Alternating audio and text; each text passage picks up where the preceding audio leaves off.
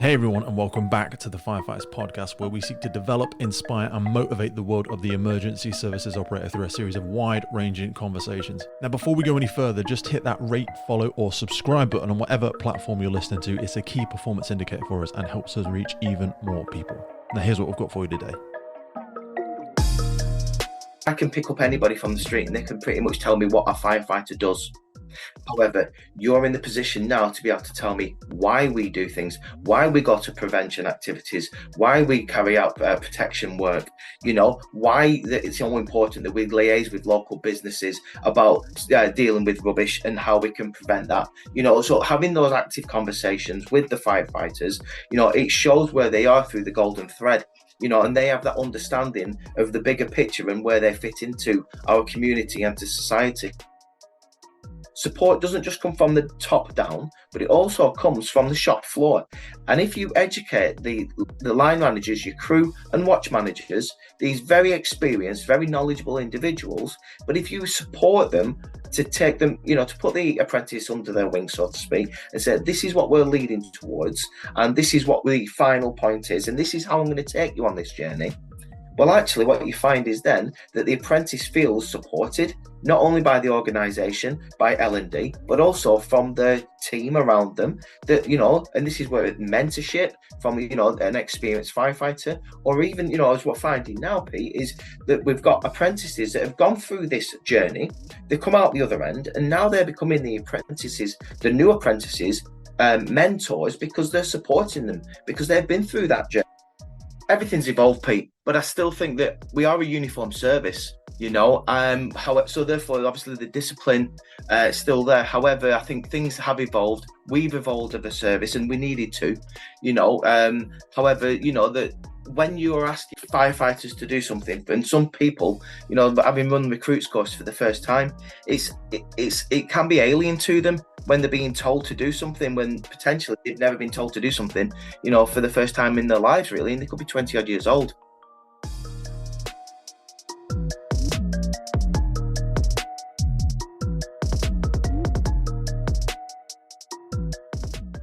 This episode of the podcast is brought to you by Gore-Tex Professional Fabrics. Now, we all know the working environment of a firefighter is filled with challenges. We face serious risks on the job, such as heat exhaustion, burns, physical and mental stress, and we frequently come into contact with high levels of toxic chemicals. Now, I have been wearing Gore-Tex for nearly 2 decades on the front line, working in hostile environments, tackling challenging incidents from firefighting to water incidents and in urban search and rescue environments. Gore-Tex have a well-earned reputation for protecting professionals in the fire and emergency services through their family of highly innovative, waterproof, breathable moisture barriers that exceeds global performance standards and are trusted worldwide.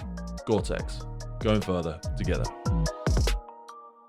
So give us a little bit of background first before we kind of go further down that rabbit hole, because one of the things I'm starting to realize as I'm having more of these conversations is that people that are doing the type of thing that you're doing and trying to bring in new and different and innovative ideas is usually because they haven't necessarily had as much of a traditional sort of route into where they are now, because you actually started in the RAF, didn't you?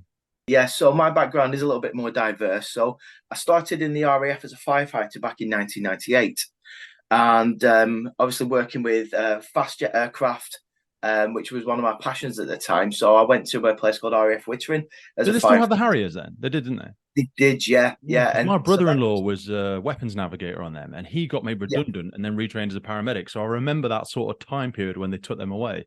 Yeah, it was an amazing experience. So, looking out onto the airfield, 6-7 aircraft all at the same time, either taking off or landing. Yeah, it was awesome. So great experience.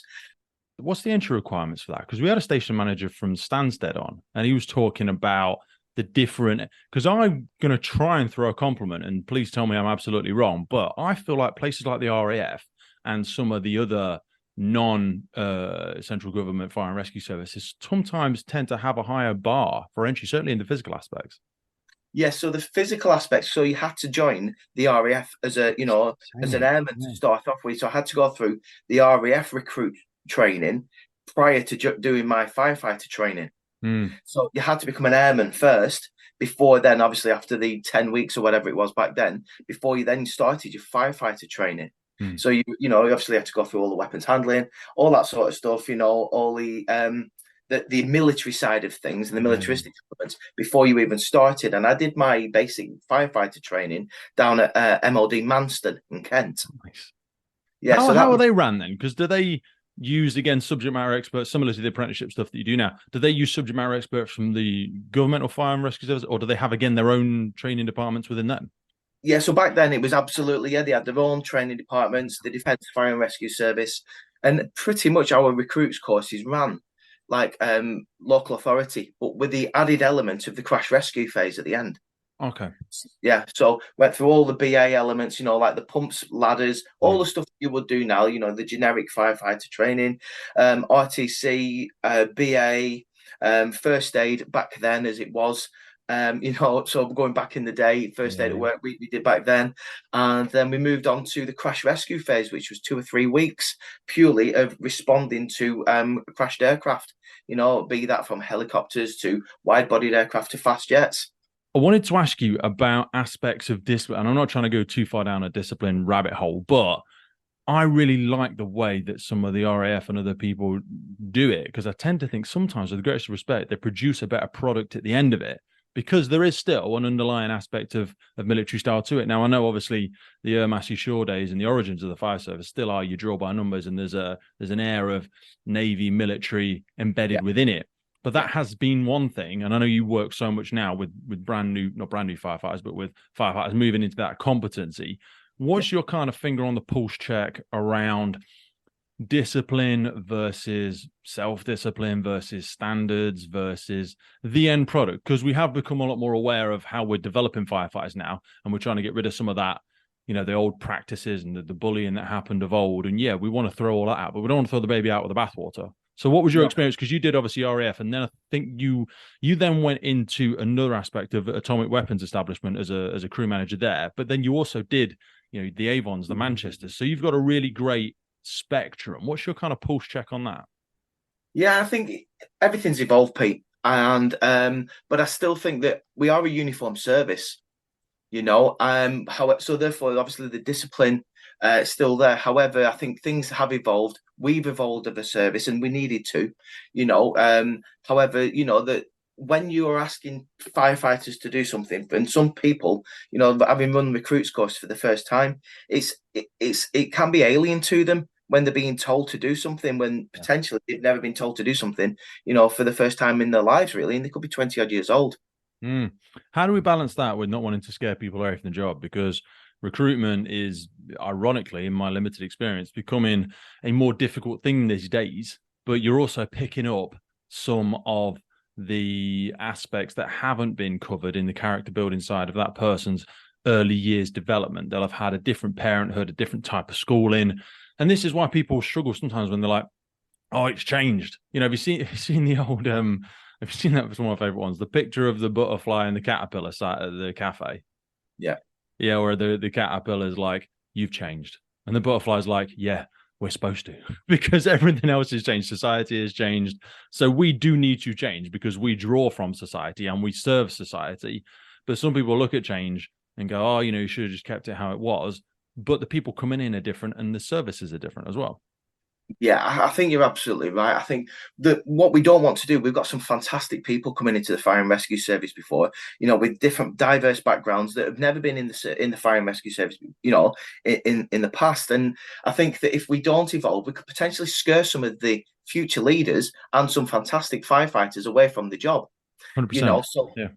And that's the last thing that we want. And I think that it's really important that whilst we, during our talent and our recruitment phase of bringing people in, we explain exactly what they're coming into. And I think that's really important, that people have an awareness of what they're coming into with the fire and rescue service, and we give them an honest appraisal, really, of what the job is and what it's like.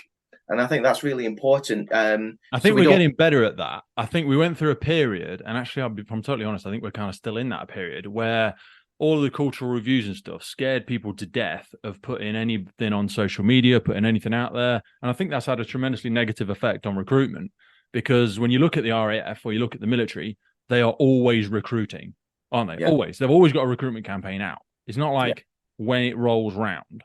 And with the fire service, I think you should always actively be recruiting. Even if you haven't got a course coming up, you should be building that. If you were a business, you'd be building up a mailing list. It's astonishing when I talk to corporate comms teams across the UK. I'm like, what's your, because we're going to have their chief on or whatever. I said, oh, when it comes out, here's some stuff if you want to put it out on your mailing list. And they're like, what's a mailing list? I said, your list of emails to people that are interested in Manchester Fire and Rescue Service or fucking wherever. And then they're like, oh no, we don't really have one. I'm like, what do you mean you don't have one? What do you do when you recruit? We just put some posts on social media. And I'm like, and then you wonder why barely anybody's applying. And I'm not saying that's the only factor, but I think we need to open the doors up. And it's kind of the origin of the podcast. It's like, guys and girls, look, we're not here to commit professional suicide, but we need to just talk like human beings about what the job is like, not some corporate BS like we're a shiny piece of steel that's perfect and blah, blah, blah. Because then what ends up happening is you get the cultural reviews coming out and it's like, well, that wasn't the case. What's really happening? So I'm like, we should actively be recruiting all the time. And we should be talking to people about what the job is like, because you're absolutely right. We need to give people a realistic understanding of what the job is today. And we do still go out to structural fires. You do still go out to hazmats and RTCs and whatever. But there's a massive aspect of prevention as well. We're looking for the thinking firefighter now, aren't we? I think. We really are. No, I couldn't agree more, though. We want people that, it's not, we don't want just robots. We want people that are going to think about what they're doing. And the big thing that I always say with that one, Pete, is we want people to be able to put the why into the what. Yes. Why do we do what we do? Does that make sense? And I think 100%. Yeah. If you, I forget who said it, but if you understand the why, you can come up with any how or something like that. There's a million hows and whats. But if you understand the why behind what you're trying to achieve, then it's like, I believe that's like your strategy. It's like a 5-lane highway. Yeah. Why is north? We're heading north. Okay. How we want to head north? Loads of ways. We could take the whatever, the M1, the M6, the whatever. Do you know what I mean? You can take all of these ways north, but north is the direction. Now, there's loads of strategic ways to do it, and you've got to stay inside the lines. But yeah, I think if people don't have a comprehension of that, because like you say, some people that join to help people is a different thing to people that join to put out fires. If you join to put out fires, you go to less fires, you get the fuckums, you don't like the job anymore. But if you join to help people, then, and as romantic and like Miss World as that might sound, a lot of people are like that. That was my thing, so I enjoy doing the first responder stuff for medical calls and stuff like that, because my brother-in-law was in the paramedics, and I enjoy that aspect. But some people are like, you want us to run EMS calls? No, absolutely not. I am a firefighter. That's not what I signed up for. And that's a different thing, isn't it? It really is. No, I couldn't agree more. You're absolutely right. And then this is one of the things that obviously we'll move on to in a bit when we talk about the assessments. Yeah. It's one of the caveats that I said to the assessors and actually to the apprentices when we're giving them the overview, that I can pick up anybody from the street and they can pretty much tell me what a firefighter does. Yeah.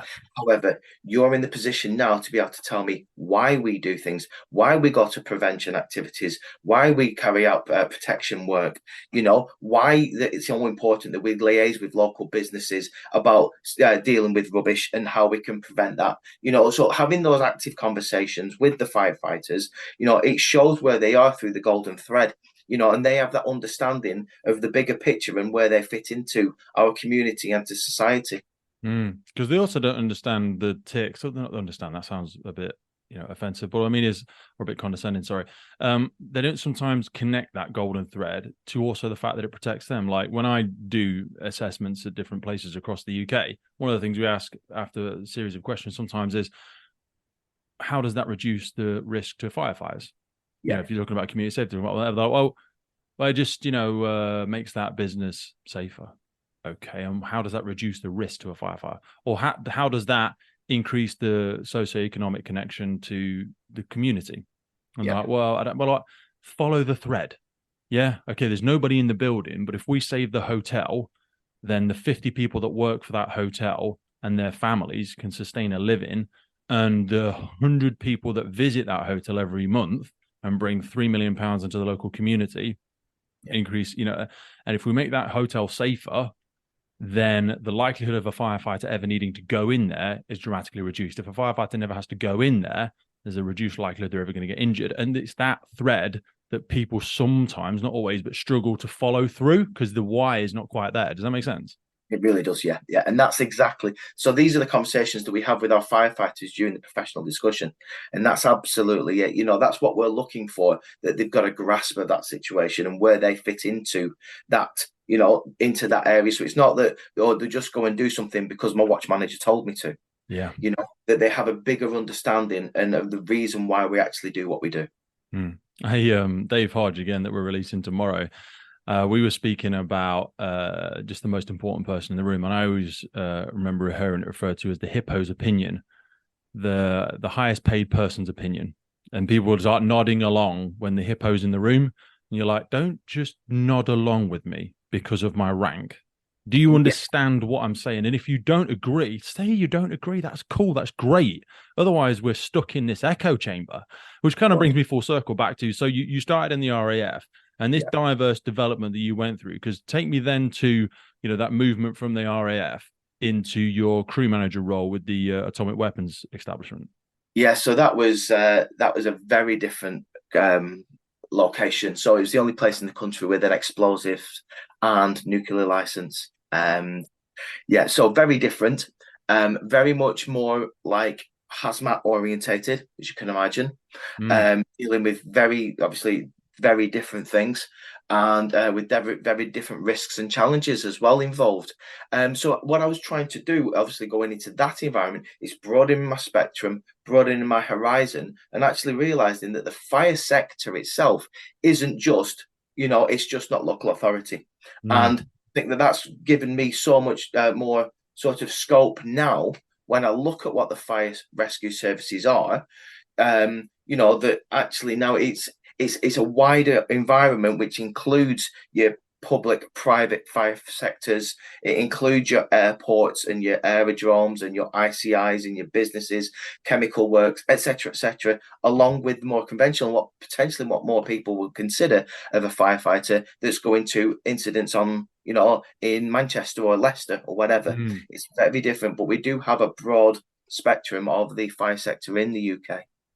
So help people understand again, because like I said before we came on, like getting stuck in our own biases. There is pros and cons to doing non-governmental, non-standard fire service interpretation when people think of the 999 fire service comms versus your airports and your AWE or your RAF as an example. Give us some of the pros and cons, because there's incredible and fantastic reasons to go and work for those organizations. But then there is also differences in exposure, travel, different aspects. Yeah, so when I was in the RAF, I traveled the world, went to the Falkland Islands down there. So obviously working in very unique environments there. Worked in Cyprus, so we're talking temperatures, you can imagine the environment, the people, everything was very different there. The exposure to different type of incidents. I was in Kosovo as well in 1999 during the peacekeeping campaign, working alongside. Where did you stay in Kosovo? In a tent. Yeah, we were, were you on an old airbase? Yeah, we were at Pristina Airport. Mate, so, I've been there twice. John.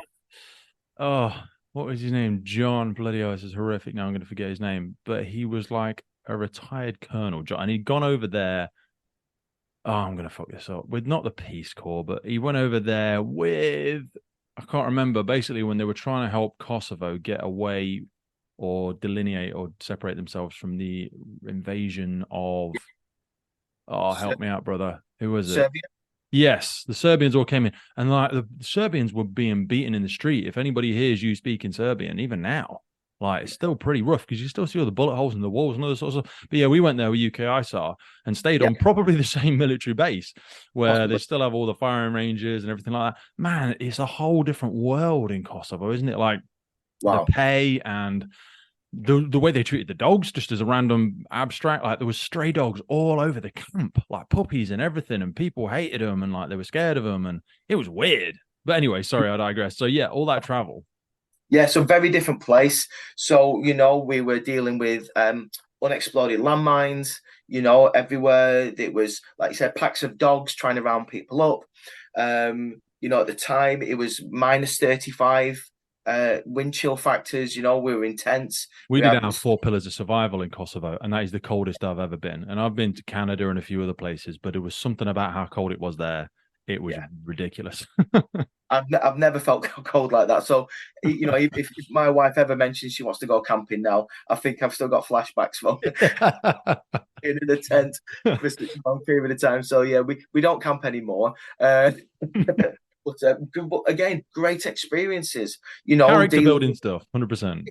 100% and dealing with fires in that situation, in that environment. So many stories that I could, about actually dealing with incidents there and meeting, obviously, Bill Clinton. We met Bill Clinton while he was out there, walked past us, so went round Air Force For One, real. Marine One, his helicopter. So great experiences. And yeah, but it was so moving on from there then. Why the When I left, decision to move then? Sorry.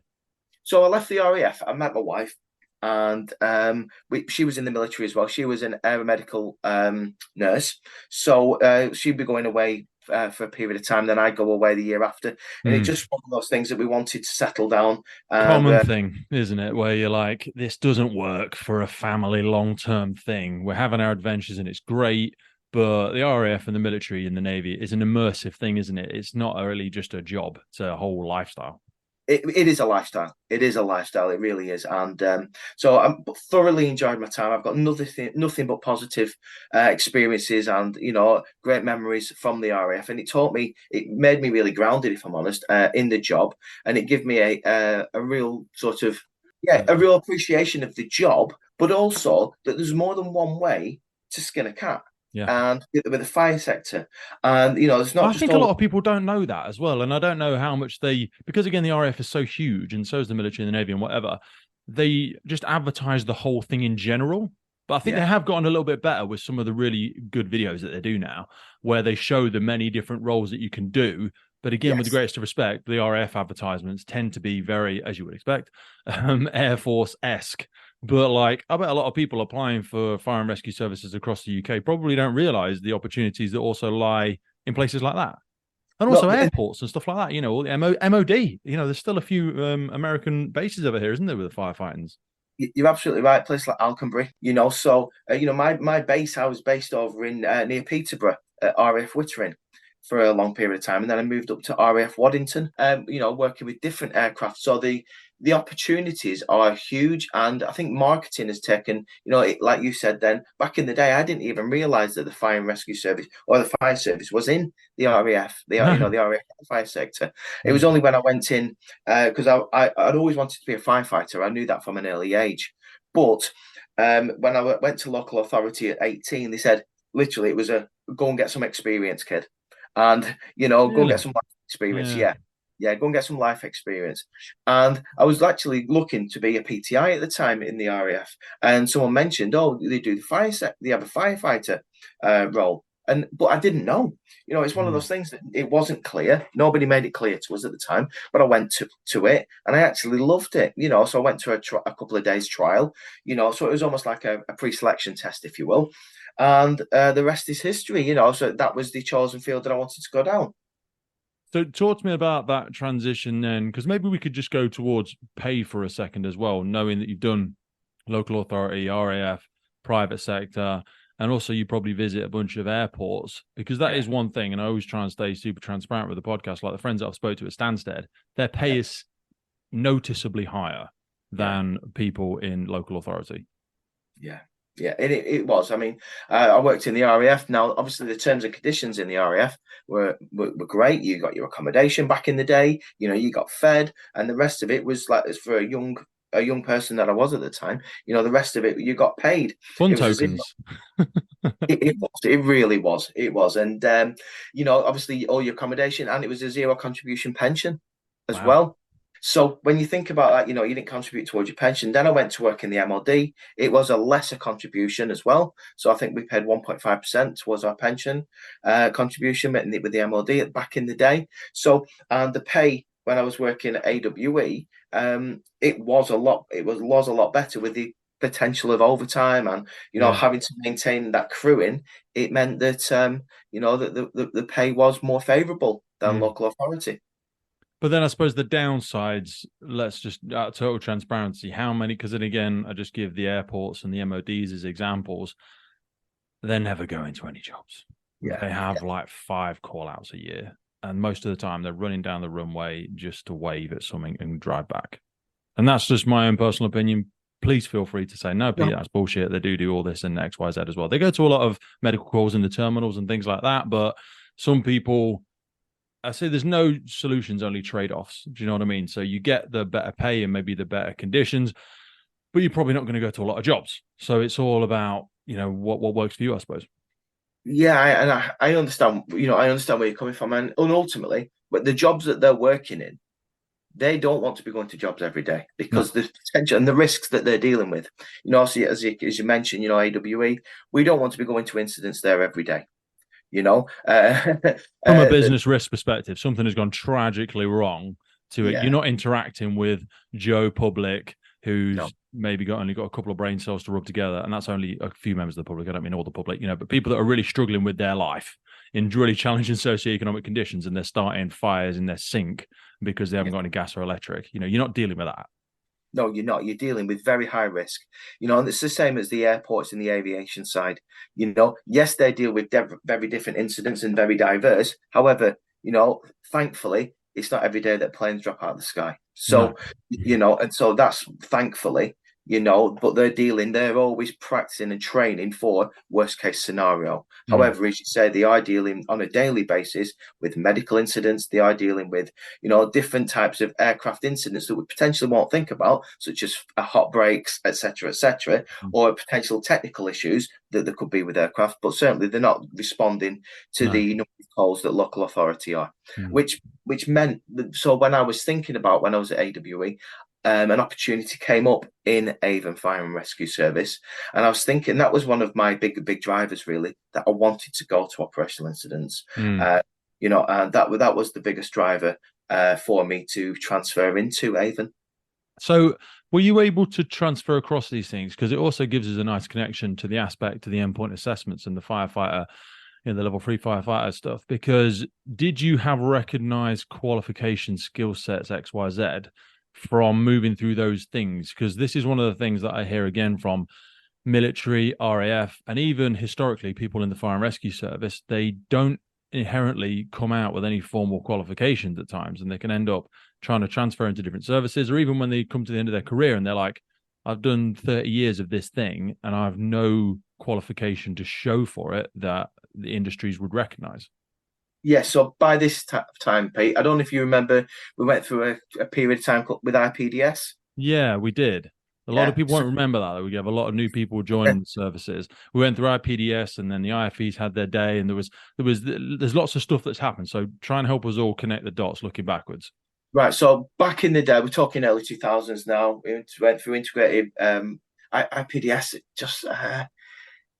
It was about how you develop as an individual, and it was looking at managing different instances and how you could assimilate that to the fire and rescue service. And it was more of a leadership and management sort of assessment centre. So we went through an assessment centre, which was hosted by Avon Fire and Rescue Service back in the day, whilst I was working at AWE. And it was for the crew manager role. I'd already done my LF qualification by this stage. So, the generic old LF papers. So I'd done all them. I'd done the practical element as well. So I was a competent LF. I was a competent BAI by this stage. So I'd done my breathing apparatus instructor qualification. And I was also an assessor. So if you remember back, I was an A1 assessor. It was called. Yeah, they died a death as well, didn't they?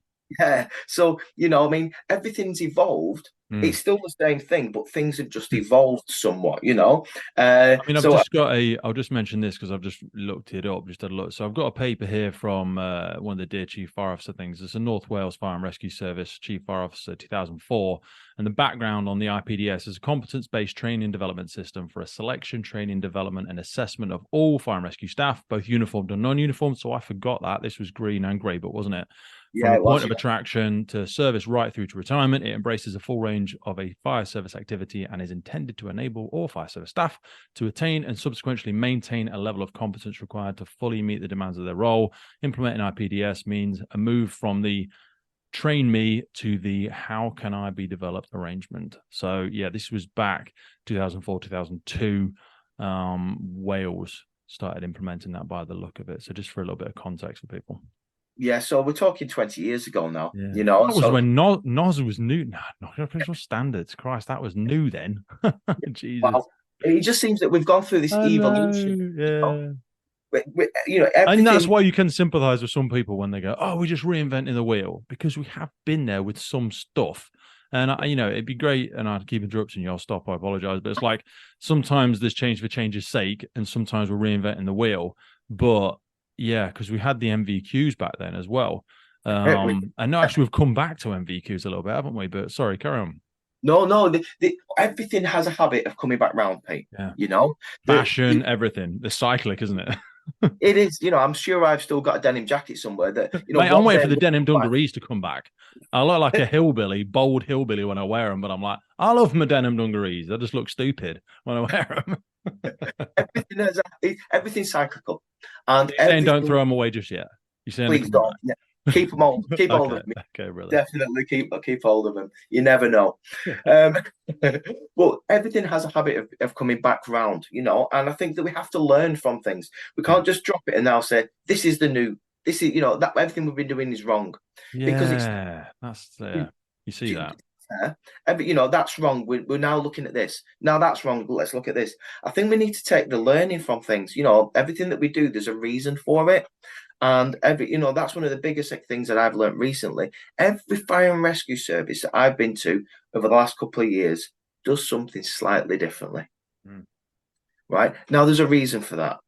It's not, but it's because of their experiences, it's their environment, the way that they've grown and evolved as a service. It's also But their it's funding. You know what I mean? A lot of people don't understand this. They go, "Oh, why is it all empire building? Everyone has their different ideas," and it's like, no, no, what is it? So 40% comes from, I'm going to get this wrong. 40% usually comes from local taxes. 40% comes from businesses. And I think it's only something like 20% comes from government. So a lot of it's to do with where do you live? The yeah, affluence of your community, London versus Scotland versus Manchester versus Devon or whatever, they've got a different bucket to play with. So we can't all go, I tell you what, let's all buy the brand new Aeroladder platform. Let's all buy the brand new Interspiro or Drago or whatever sets. And people go, well, I can't because I've got 1,000 staff, or I've only got 200 staff, or I've got 600 staff. So that's what people don't always appreciate. They're like, why can't we have what so-and-so has? We're all firefighters. And it's like, that's the sort of burden of not having exposure, or sometimes not even being interested in seeing the bigger picture. I work with Cornwall Fire and Rescue Service really closely at the minute, and they've got one notable high-rise building. Yeah.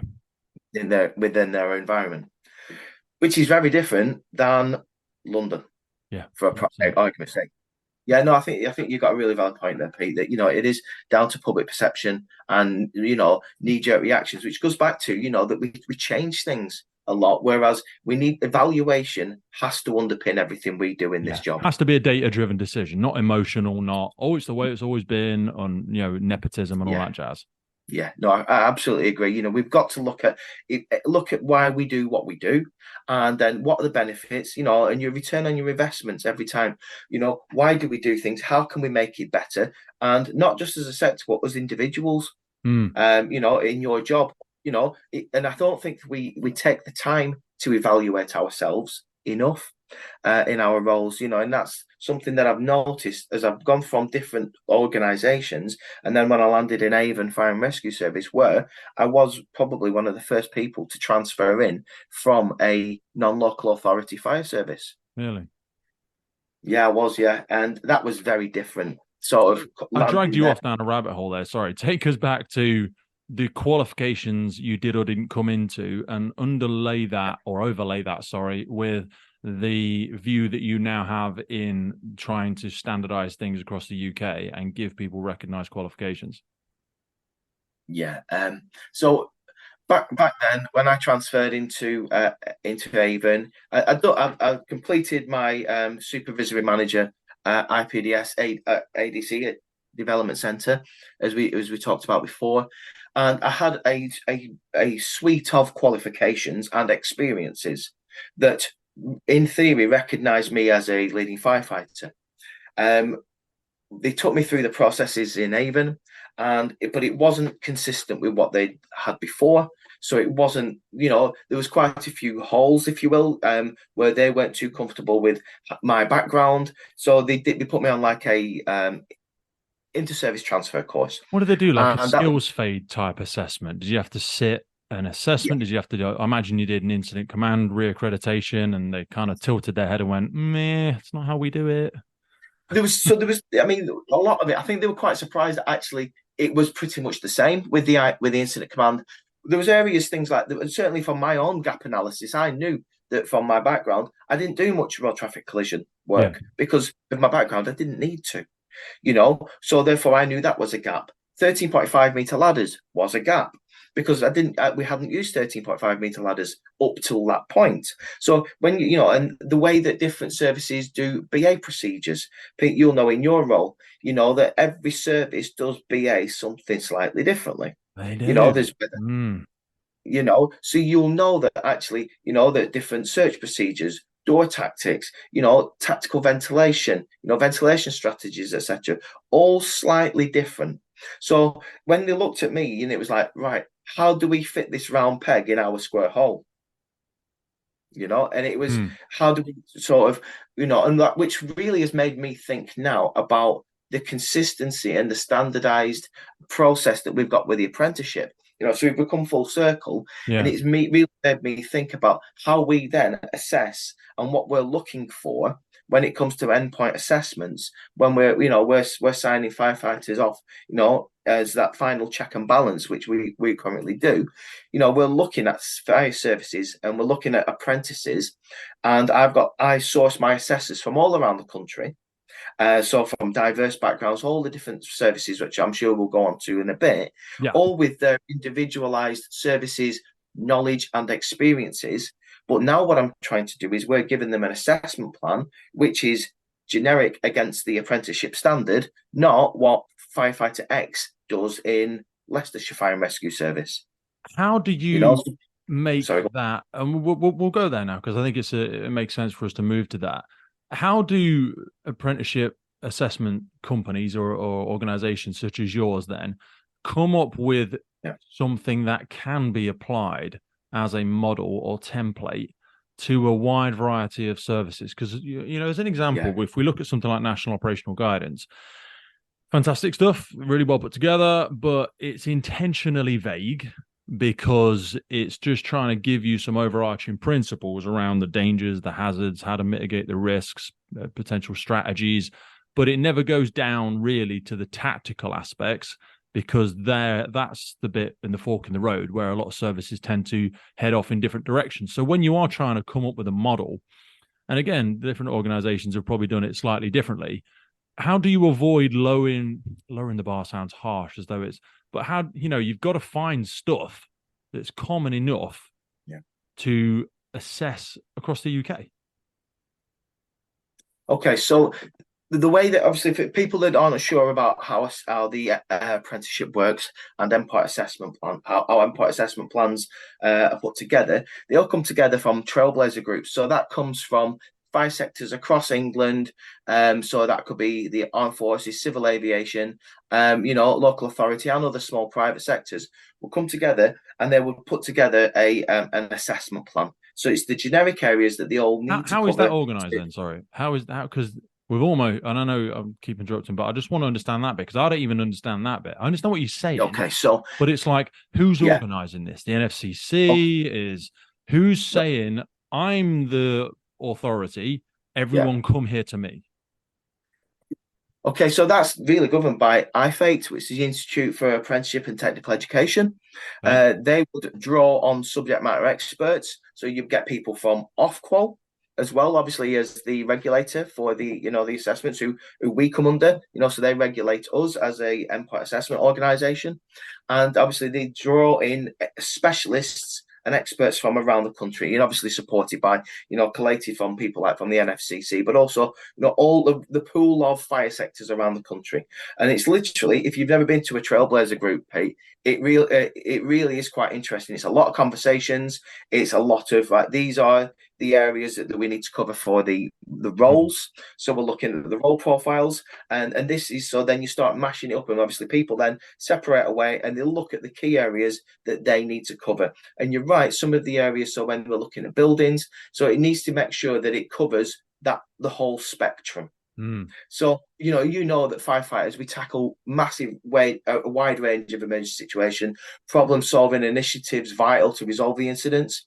The situations tackle from firefighting, searching, rescuing, protecting people, animals, sustaining, preserving life, and protecting life and the environment.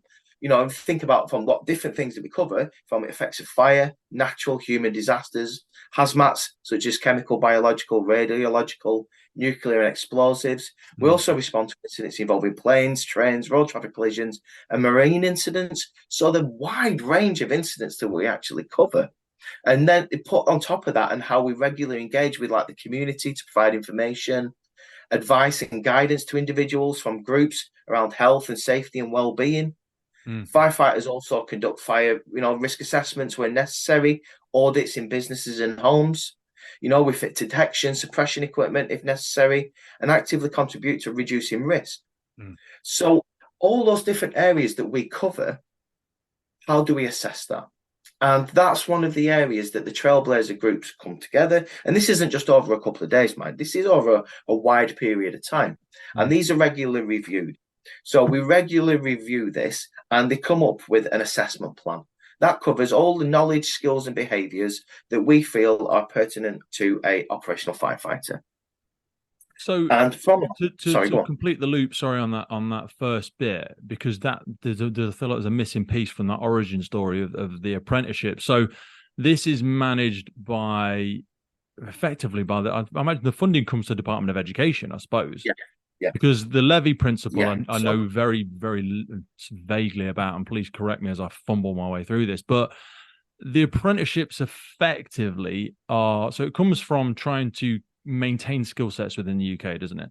So all apprenticeships are funded by a levy. I think large employers if a large employer earns or has a turnover of more than 3 million, then they pay into this levy.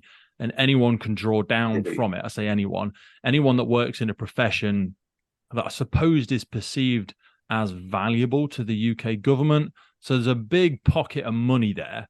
And the appeal from the fire and rescue services is that they can draw down from that levy to support the cost of developing their firefighters. But in order to do so, there has to be an agreement of what good looks like. So therefore, we get these Trailblazer groups to agree what good looks like. Would that be right? Am I connecting the dots-ish there?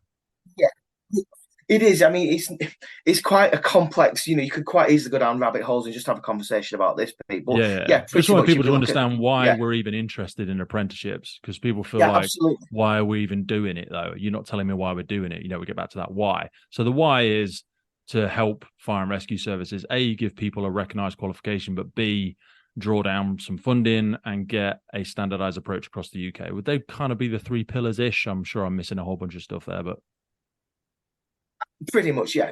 I would agree with you there. That's pretty much the reason why. And what it does, it gives us a framework really to work from, for the apprenticeship. And it's standardized and consistent across the country, ultimately with what we're the leading towards.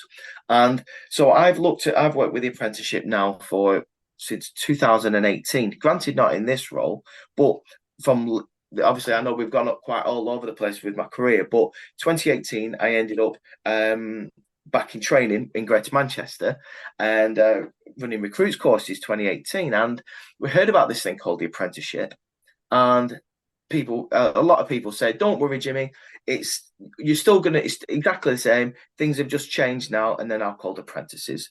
So which was was really wrong at the time, but we didn't have the information that we do now about what the apprentice journey looks like. And this thing called an endpoint assessment, it always seemed like it was this thing way off in the distance that we'd worry about near the time. And it'd be very real. I've had the same journey. And then somebody genuinely important who's from an accredited company or accredited organization that really needs you to prove that you're doing this in a standardized, fair, ethical, access to an equal and honest assessment, blah, blah, blah, blah, blah. And this is where with the greatest of respect, the knuckle dragging firefighters and fire services of the UK really let ourselves down because we have our service isms and our brigade isms, and they tend to struggle to withstand the test of, are you doing this properly? And it's not like, oh, Jimmy says they're pretty good, bang them on, say they're competent, give them a tick in the box. And the way I'm sure you've had to go through a whole big development process, as I have myself, in learning how to actually do that properly.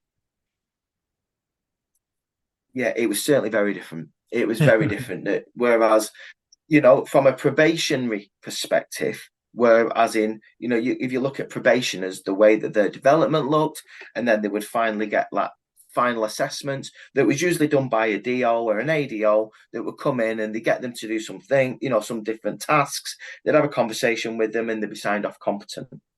Now what you have with that's what happened in a lot of fire services for a long period of time, unless that you got your LF qualification, which would supersede it. But whereas now you've got a group of independent assessors that don't know the individuals, aren't part of that service, but are carrying out, as you say, that independent assessment and, and looking at against a standardised assessment plan that's being followed by across the country.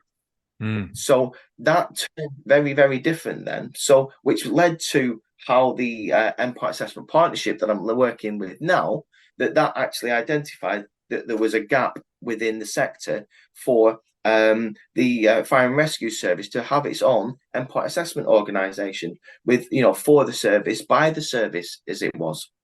So how did we able to understand who needed to do this? So there's a couple of different organizations that do this, because the NFCC is also an organization in itself. It does, it does pay people and it does have to get money in and all that sort of stuff. It's not a fire service. And there are other people that do this. So connect the dots for me around, there needs to be someone that is an organization, an accredited organization that's able to award these endpoint assessment apprenticeships. And then there's a bit in the middle where there needs to be a delivery service. And as an example, Capita might be one, but some services are able to deliver it themselves if they're accredited as well. Just help people understand how many people are in this room, how many players are involved in the system, for want of a better description, because not one person can't do it all, because that becomes a monopoly and then it screams of nepotism and blah, blah, blah, blah, blah. Yeah. So there's lots of different delivery models for this, Pete, and so I can give you the experiences that I've had working in with different hats on. So when I was in Greater Manchester, we were an employee provider, which means that we employ the actual apprentice, but we also are a training provider. So we provide their training. A lot of people are trying to do that, aren't they? Because a lot of, I don't know why, some people are falling out with the college. They don't like how they're doing it or something like that. But also from a funding perspective, you get places like Manchester's got an amazing training facility. Cheshire's got an amazing training facility. Lancashire, there's a load of great places they're big enough and they have a good enough facility. They can kind of do it themselves. But a lot of services can't because they're so small. Yeah. And it's not, so what I would say is a lot, that is one part of it, but then the infrastructure and the support that's required to support the apprenticeship from a training provider perspective also needs to be there. Okay. Obviously they are, they have frequent Ofsted inspections, just like schools. That's a whole new kettle of fish when they come see you, isn't it? Yeah, absolutely. But we're used to having HMI inspections, aren't we? Which are very different. But then when Ofsted come in and they're looking at the provision for the apprentice and the support in the learning journey, that is very different than just having your training ADO there observing them on the fire ground. People don't understand you're actually in adult education now. You've changed. You're actually in a whole different swimming pool. This is an ocean now. It really is. And a lot of people that have jumped in to the employer training provider status, I think that they need to do a lot more research and to think about how they can support that provision. They need to employ a subject matter expert, probably from the world of education, for the first year to help them get it right. And a lot of services have. And that's what they've got in place. So they've done their background checks. They've got people potentially. I know services that have got people that used to work for organisations like Ofsted that are in that role, or they're ex-teachers, or so they understand They're the heads education. of a lot of our learning development and whatever different people have the different terms for the department. That's Yeah, a lot of green book staff coming into that. Incredibly competent, qualified individuals that really know what needs to be done to do it in the right way. yeah, they really are. And then there's other services that look at they're the employer, but then they outsource that training provider to companies like Capita to do that for them. So they will train their apprentices up, and they will take them then to the gateway, which is then that learning journey, to support the learning journey of the apprentice, not just on the recruits course, but this is one of the big areas that other people may not be aware of. The apprenticeship starts day one. Not when they land on station. It starts day one when they start that recruit And training. there's a time cap for it as well, isn't there, in the funding thing? Help people understand that, Yeah, because there it is. is a very definitive thing because they declare this is the first day of learning, and the delivery system company, Capita, whoever it might be, come and begin them and Yeah. enroll them their first day of learning. Yeah, they do. And the funding regulations themselves, Pete, when it comes to these sort of things, can be, unless have got your finger on the pulse with it, they can be a minefield as well. Yeah, So they I can don't run want to away put from any, you. anybody off. Yeah. Yeah, I don't want to put anybody off by this, but the funding regulations are what you have to adhere to when it comes to the off the job training. There's got to be a specific number, like 20% off the job training that they've got to be able to demonstrate. That the firefighter has done during their apprenticeship. Lots of different things, so they've got to be able to. Functional skills are a key part of this now, Pete. Where that the firefighter has got to get to that level 2 functional skills and demonstrate how they've achieved that prior to actually joining the service, or have achieved functional skills level 2. What do we, And for people that don't understand what functional skills mean, just go elaborate a little bit more for me. yeah, so what we're looking at is an A to C maths and English would Yes, be because the people used to old remember O school. levels or GCSEs, didn't they? This is now what Yeah, we call functional skills. yeah. So functional skills, yes. So and the word that's another thing that some services are allowing firefighters at the entry level to come in with different levels, and obviously with that expectation that they will be able to take them up to that functional skills level 2, which is another Yeah, challenge.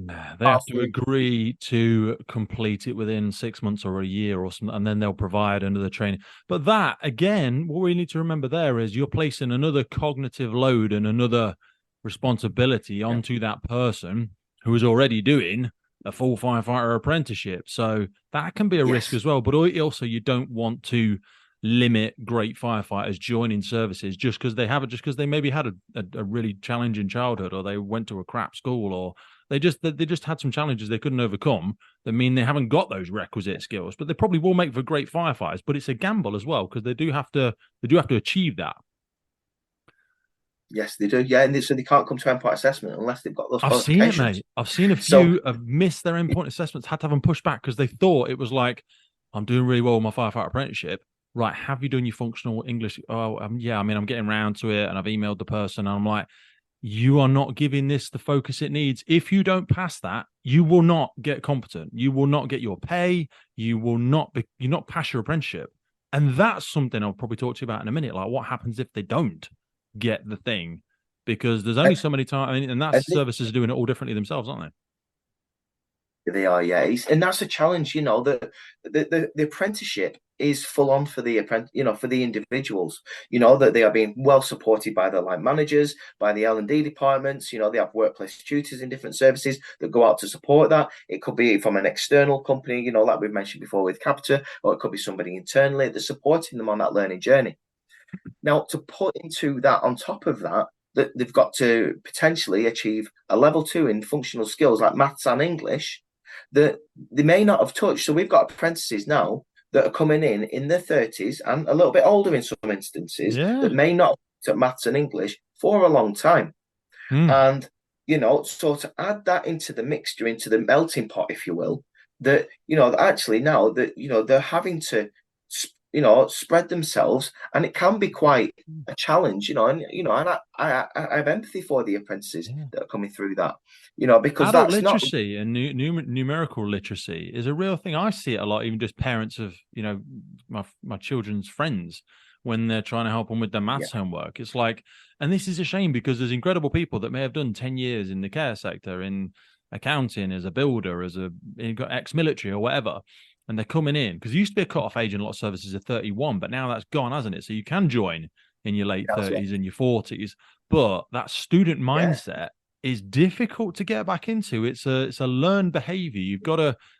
It's different. It's very hard. Adult education, people going, it takes a great deal of humility. I have such respect for people doing that, but it is hard. I couldn't agree, Pete. I couldn't agree more. So I've had apprentices come through where English is a second language as well. Yeah. Okay. They haven't these functional skills. Now, I'm sure you'll appreciate learning the fire service sort of analogies, and we could have a conversation in abbreviations. Okay. So we love a TLA, a three-letter acronym. We love a good TLA, buddy. Yeah, in acronyms. We could just have a conversation in acronyms. So therefore, you're learning a new language when you come into the fire service with all our acronyms and terminologies, let alone then having to, when people are learning where English is a second language, and they're translating things in their mind to understand, and then they're trying to translate it into the fire service speak. There's a lot of things going on. And IT literacy. So much of it is online now, and you've got you log in your assessments or your evidence and your blah blah blah. Some people haven't got some like read write software or support in their IT ability. We're so used to kids these days, and we're like, oh, give them a laptop, they'll smash it. But some people are like scared of them. They're like, trying to bring your laptop to work today. No, I was given that on day one. It's just been in my locker, to be honest, the last 6 months. What the fuck? You've got to use it, but you may not have trained them how to use it. And this is all stuff we need to be adding into people's development, into their inductions, into not just assuming, I'll give you all the stuff, go and do the thing. Well, I don't fucking know how to use a computer. Yeah. Absolutely. So you're putting a lot of emphasis and a lot of pressure on some of these individuals that there is almost an expectation. Oh yeah, we'll give them the tablet, crack on, you'll be able to work. Where actually, and then when we add into the melting pot, neurodiversity and neurodivergence, we spend a lot of time on, now in the assessment arena, and that we need to consider. We have got, there's a lot of things going on for new individual that's coming into this role, and there being the expectations placed on them, let alone, Pete, learning to be a competent firefighter. I'm banging my head against a BA lead from another organization at the minute, where they're doing a BA1 safe to ride, and they are insistent that they have to sit an exam. And I said, why do they have to? And I know people will think this is bullshit or I'm just making it, but I'm genuine conversations that I'm having with this person, much older than me, much more experienced, blah, blah, blah. Well, debatable. But anyway, he said, I need to know that they know it. And I said, that's different. That's your why. And I agree with your why, but I have issue with your how. Yeah. You're getting them to sit a written assessment, but that's not what you just said. Yeah. You said, I need to know they can do it. Or he says, I haven't got time to set up practical assessments for all the aspects of BA, but I need to know that they know it so that they're safe. I said, you can't have your cake and eat it too, mate, because you're asking people to sit a written assessment. They might actually know the thing.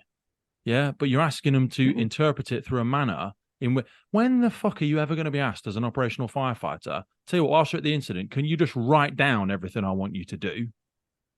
Because that's you want to see me do the thing. As long as I can do the thing, doesn't matter if I can spell it right. And I know, but people struggle with that, and they're like, "No, we've always done written assessments. There's never been an issue. There has been an issue with it in the past. You just don't realize there's been an issue because you had a big enough pool of people that the people that couldn't read and write, just you said they're not a good egg, they won't make a good firefighter. Get rid of them. But that was wrong, And now you're going to lose great people. And you haven't got an abundant pool of other people.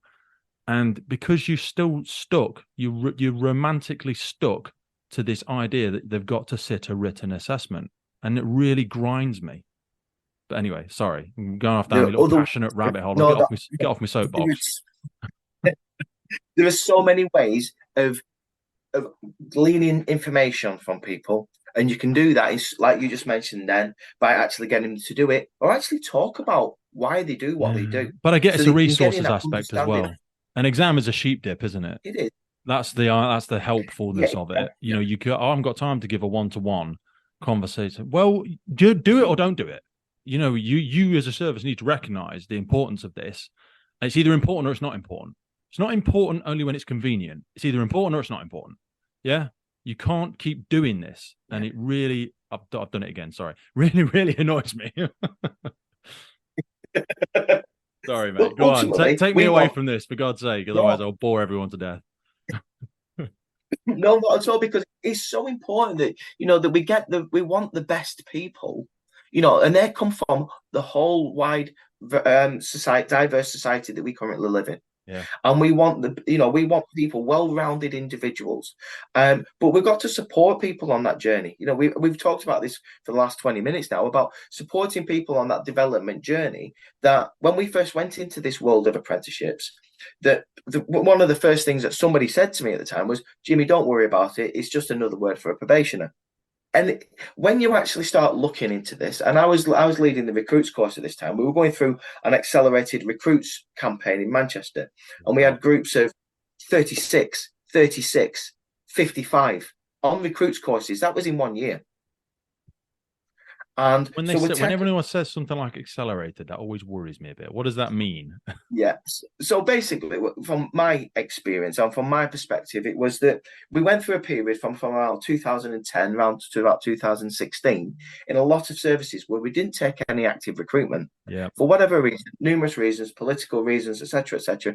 There was very limited. Well, legally, we couldn't go over budgets as well. People don't realize this. Even if you know you're having 30 people retire in 2 years' time, you can't start employing people yet till you stop paying them, because you can't go over budget. People don't realize that the chief fire officer will go to jail if they don't manage. As an exaggeration, but they have to. They cannot.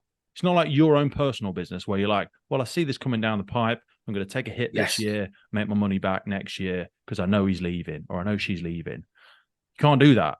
So people wonder, why have we waited so long to do this? You're like, we couldn't do it before. But anyway, sorry. Yeah, no, there's always reasons and there's always explanations and rationale for why we do what we do. However, what we couldn't stop at that time is you don't slow down your retirement profile, Pete. No. So you are losing all that knowledge, those skills, those experiences, and they're all going out the door. Okay. And now what you're getting a vacuum of skills and experiences. So, you know, we're talking about operational firefighters now that, you know, we're losing very competent and all that knowledge and experience that we're losing. And we then identified that actually we've got a shortfall and we've got to plug that shortfall. And as I just mentioned, we went through this period of time, and a lot of services are still going through it now post-COVID, I'm sure we'll get on to, where we had gaps and significant gaps. And if you think about training schools of 36, 55 individuals that all needed that level of support, individually, they all had their own backgrounds where they needed different things to support them on that learning journey. We're not just talking about an apprenticeship of 15 weeks or whatever, how long the recruits courses are across the country. We're talking about a 2-year now period that people need that support. All right. So it's not a case of workload, that is. Yeah. It's huge. And that doesn't stop. You know, so just because they land on station, they continually need that support to take them, you know, towards this new. And their line managers need the support because they don't understand what's going on. Absolutely. And this was one of the things that we identified when we carried out that risk assessment, that when I was in Manchester, this is great. So I'm in training, I'm in L&D, I understand this apprenticeship thing. What I have got now is I've got 55 people off one group that are going out to 55 different line managers that don't understand what this apprenticeship was. They understood what NVQs were because they went through that experience. They understood what this IPS journey was, PDS journey, and NOS, and they knew what all these different development things were, and the probation of the firefighter was. But this new apprenticeship thing, what does that mean? how can I support my apprentice effectively? Like And we're they busy, are, busy, busy, busy, head down in our learning development, training development organizations. And then we kick them over the fence into the yeah. operational world and they land there and someone looks at them and goes, well, that's different. What am I supposed to do with What this? what do I do with this? What do I do with this? This is different. And unless they are the people that the apprentice will always turn to first. And they And are it's so they're incredible. They've got the knowledge. They can help them. They're amazing line managers, but we've got to massively help them know what brilliant. to And do. they are we do. And so therefore we've got to support. I'm a big advocate that support doesn't just come from the top down, but it also comes from the shop floor. Yeah. And if you educate the line managers, your crew and watch managers, these very experienced, very knowledgeable individuals, but if you support them to take them, to put the apprentice under their wing, so to speak, and say, this is what we're leading towards, and this is what the final point is, and this is how I'm going to take you on this journey. Well, actually, what you find is then that the apprentice feels supported, not only by the organisation, by L&D, but also from the team around them. That and this is where mentorship from an experienced firefighter, or even as we're finding now, Pete, is that we've got apprentices that have gone through this journey. They've come out the other end, and now they're becoming the new apprentices, mentors, because they're supporting them because they've That's been what through I'm that doing. journey. So on their inductions, I bring apprentices from the last cohort who have just come back from their initial acquisition of skills, and then the cohort Yeah. before, which have just passed the apprenticeships, and they do about a 3-hour presentation, sit down, talk, because they've had all the waffle and the talk from bloody HR and accounting and all that stuff that's not really going to remotely help them unless they're about to get sacked, which hopefully they're nowhere near. And then they actually get some useful stuff from people that have already traveled their journey. They've already gone through the fog they're about to head into and said, no, there is land on the other side. I'm stood here. This is the path I took. Here's some tips. Yeah. But I think a lot of services don't have a lead for apprenticeships, though. I speak to a lot of services across the UK. They don't have an apprenticeship lead. Some of them because they're not big enough. And I think that's a real miss because there's the external company and there's the external accrediting company. But then there's no one in that service who's the bridge. It's vital. It's It is. vital. So Yeah. when I was, I can only explain from my own experiences. I was in Manchester and I was looking after the recruits course, and we identified very quickly that whilst we had Green Book members of staff, they're fantastic people looking at from the L&D perspective. What about the apprentices' developmental journey from the operational firefighter perspective? Who's looking after that? And how do we bridge the gap between the L&D elements, and when we're looking at all the provisions and obviously the requirements that we needed from Ofsted and the funding regulations, the funding rules, all these sort of things, but who's going to support that standardized, consistent development across the service now, right, to take them to this gateway? Yeah. And that, so I put my hand up and I said, we don't have anybody that's looking after them across the sector, across the service. So by this time, we had probably in the pipeline close on 150 to 200 apprentices. Wow. That we're moving towards this thing called an endpoint assessment that none of us in the service had been through. Yeah. We didn't really know what it looked like, apart from having this document that was called an assessment plan. And then you've got all the line managers with the best of intentions, leading them all in 20 or 150, 200 different directions, or with the best of intentions. Yes. And then they all arrive at this gateway, and some people turn up with different stuff and different things and different plans and different types of evidence. And they all go, oh God, I thought we were all heading towards the same place. Where the bloody hell have you gone? Oh, I went via bloody Derby. I went via Tenerife. You're like, Jesus, I thought we were all following the same thing. Absolutely. So this was one of the things that we identified. And what we didn't want is Greater Manchester is such a huge area geographically that you've got some people on one side of the county and one side of the brigade that potentially don't know people and serve, watches on the other side. Well, I think of London and Scotland. God, Scotland's massive. Now it's 4 services into one. Jesus, you could be 100 miles away from each other.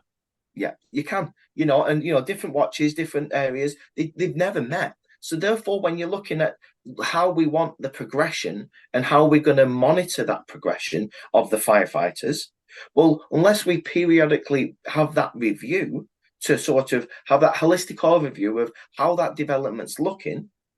Well, how can we then make sure that when it comes to this endpoint assessment that we know we've got, that development journey has been the same or consistent for each of our apprentices on that route.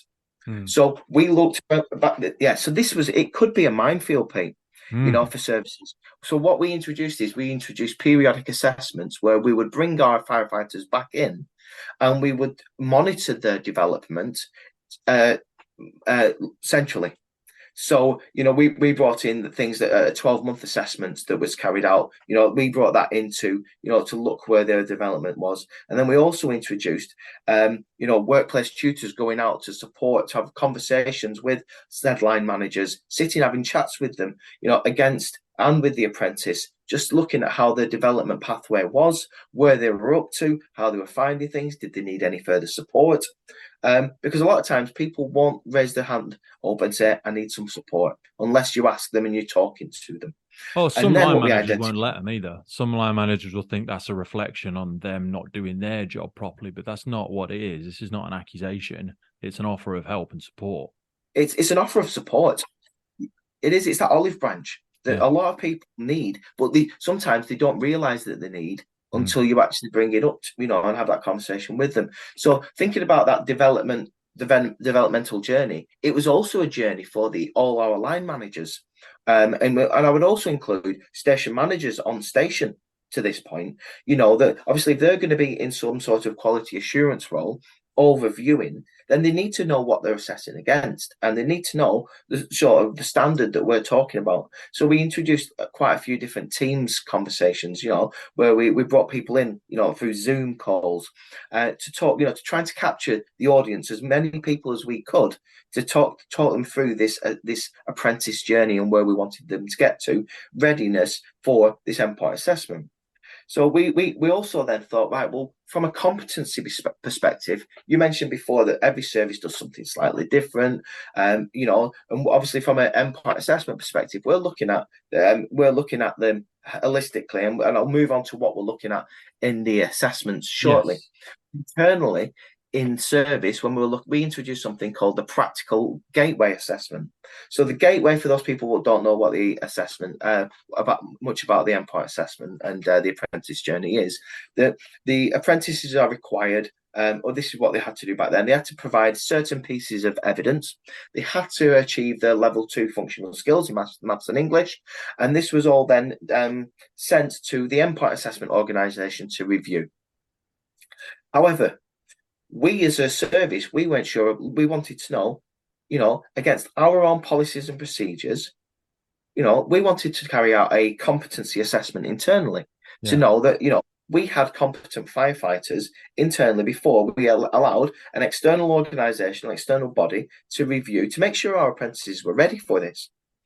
So we brought them in. That's a big point I'd love to expand on, because other services are doing that differently. Like some services will attach their pay rise, as an example, to their internal competency assessment.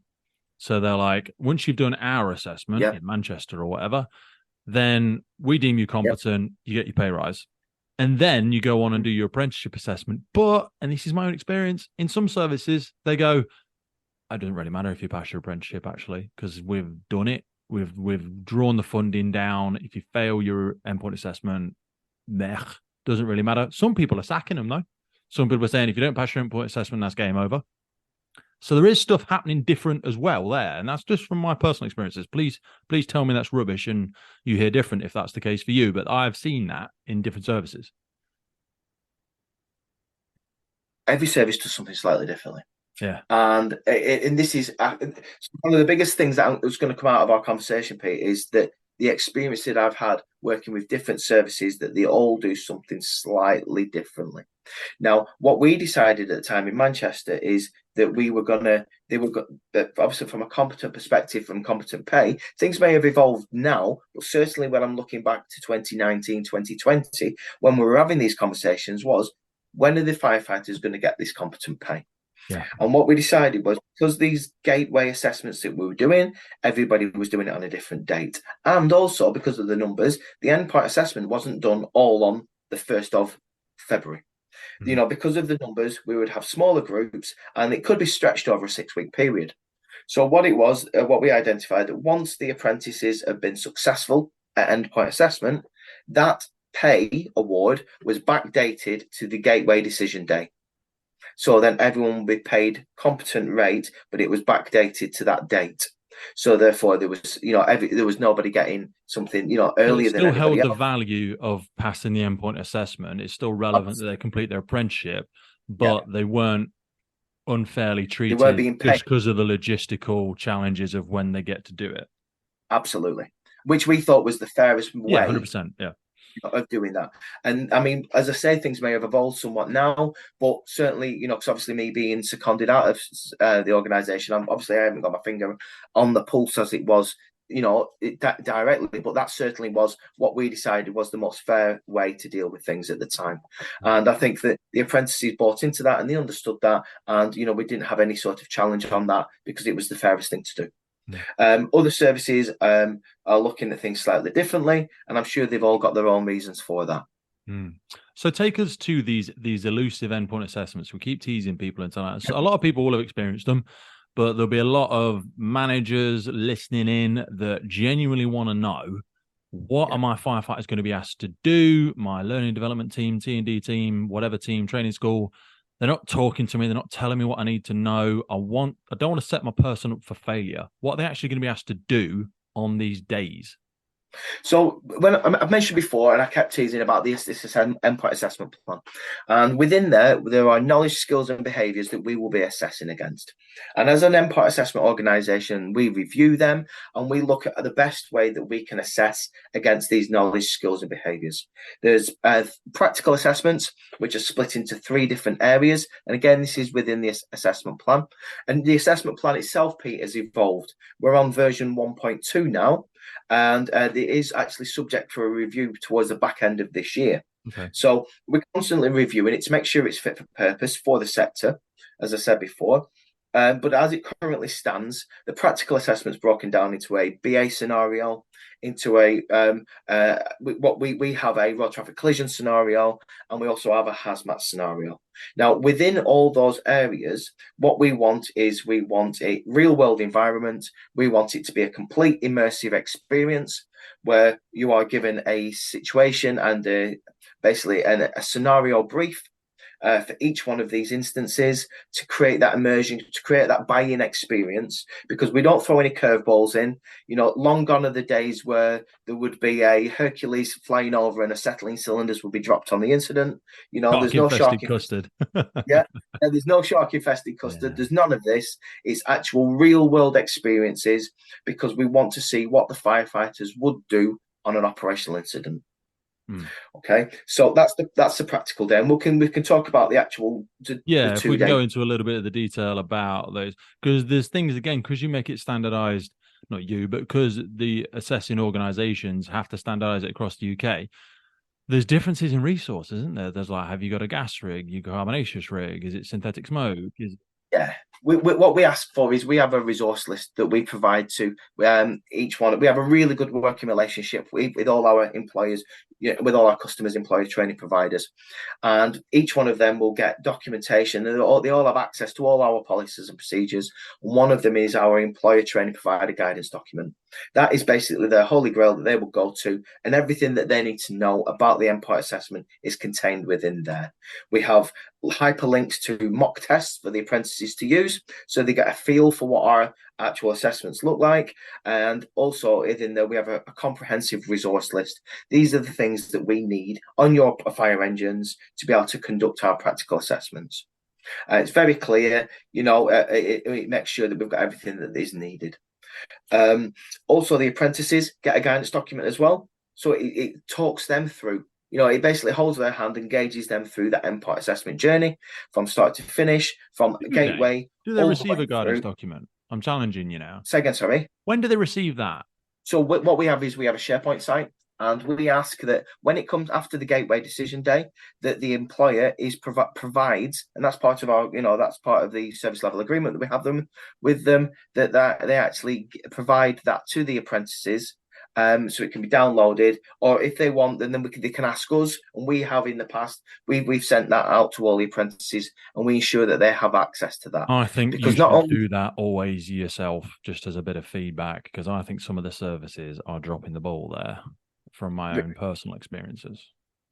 so this is one of the things, Pete. So I'll move I on know to it's in a control minute. the controllables. You guys and girls can only do so much. They have to take accountability and responsibility for doing that. But ultimately, the person that pays the price is the apprentice if the service is a bit too busy or doesn't remember to do the thing. So yeah, absolutely, and I do appreciate that. I do appreciate what you're saying there. Is that we want the apprentice to be as comfortable and as confident as they possibly can. And again, that talks about that what the endpoint assessment looks like, how it's going to feel, and it gives them that link again to the knowledge test in there, and it walks and talks them through. This is what's going to happen on this time. This is going to be the first day, what we'll do on the practical day, and then the second day is split into the professional discussion and the knowledge test. They're the three different areas. So you've got practical assessment, you have the professional discussion, and you have a knowledge test or a multi-choice test. So they're the three areas that we cover.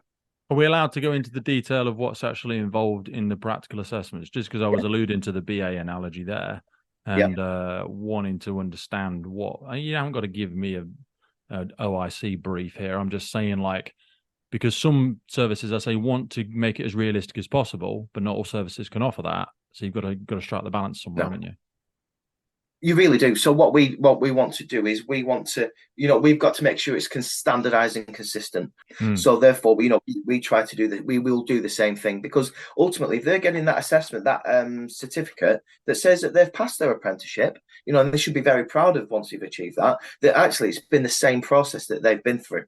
Yeah. That's something that's really important. So to put it into context, that one of our scenario briefs would be, we've set the building up, and we would work with the service, whether that's and we obviously have a robust risk assessment process that we need to follow.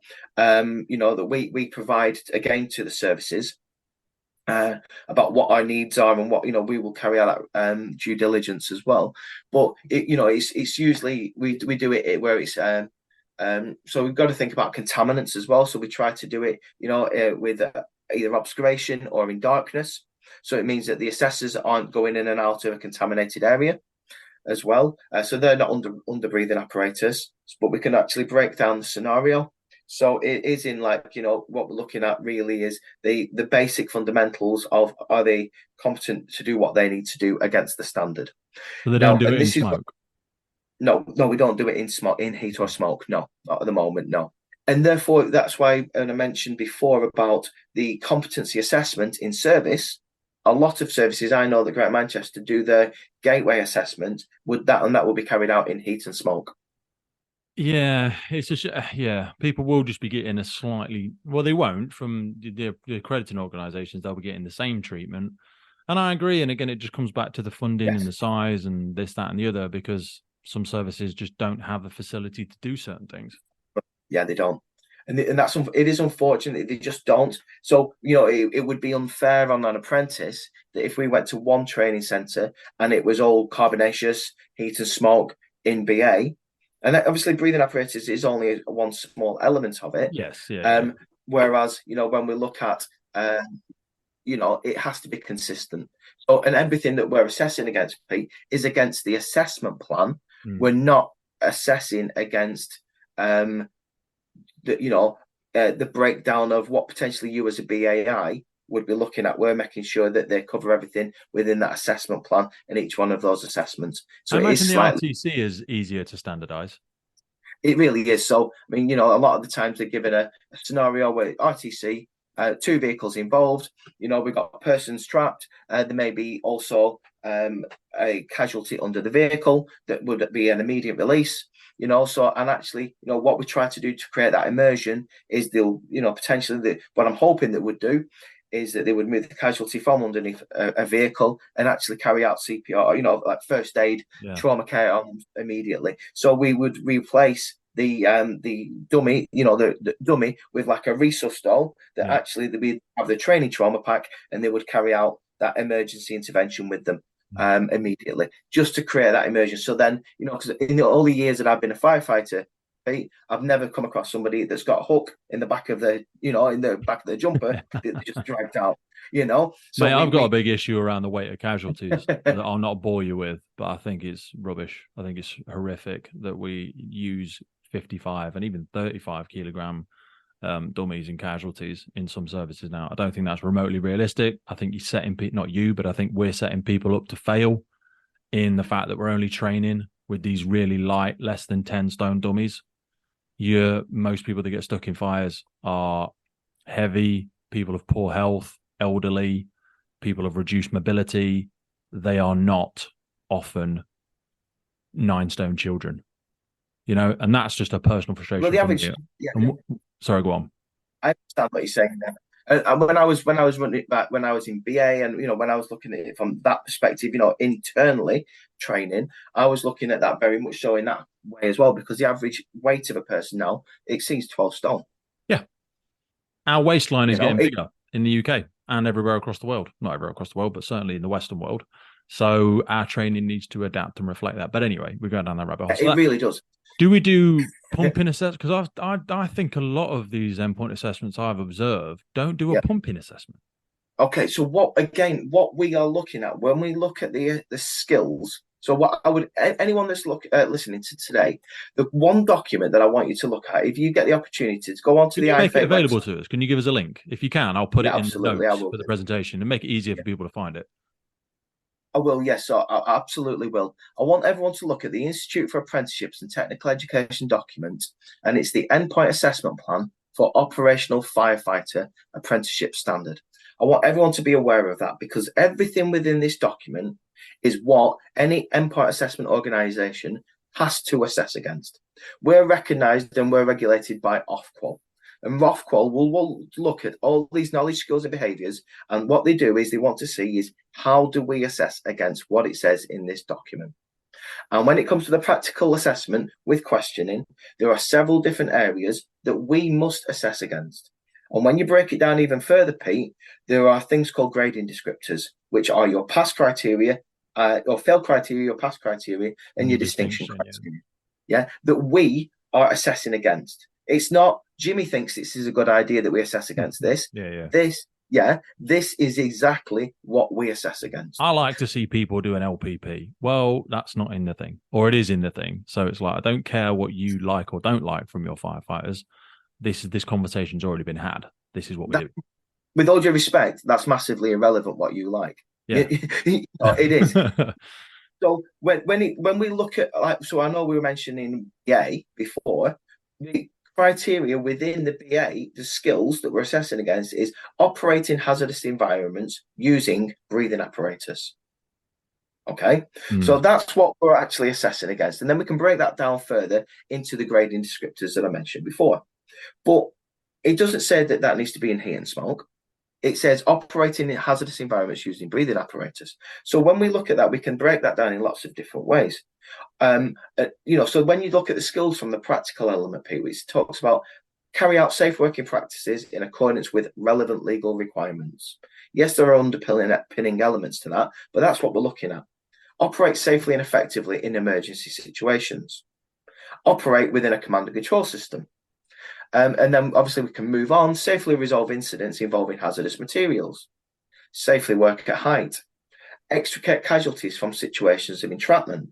So when we talked about the apprenticeship not just being for local authority, okay, that we could, for example, say, well, if you look at S8, extricate casualties from situations of entrapment, you may get fire and rescue service that doesn't go to road traffic collisions.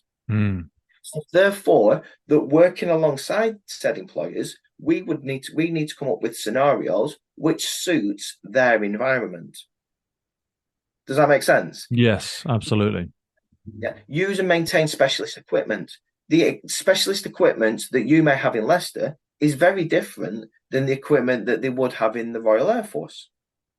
But we're still assessing against the same standard. So when people potentially might not understand the reason and the rationale, but these are the confines. This is what we're assessing against. All right, and the way that we can tease out a lot of that is, so we would instigate the scenario, all the apprentices will get to work, and the assessors stand back. Our way of dealing with things is we would provide the incident commander, and so one of my colleagues, Stu, who works with me very closely, he orchestrates and he runs each one of these practical days really well. And by having that consistent incident commander, they orchestrate the scenarios, and they know the areas that the assessors need to see. So all our assessors, I'm going around a little bit around the room here with this one, Pete. So I do apologize. Absolutely, mate. All our assessors have got GoPros on, and we have a maximum. The assessment plan talks about a maximum 4-to-1 ratio, so meaning that each assessor could be assigned 4 apprentices to assess during the practical observations. For me, I think 4-to-1 is a bit of a stretch. That's our honest opinion, and that's my opinion.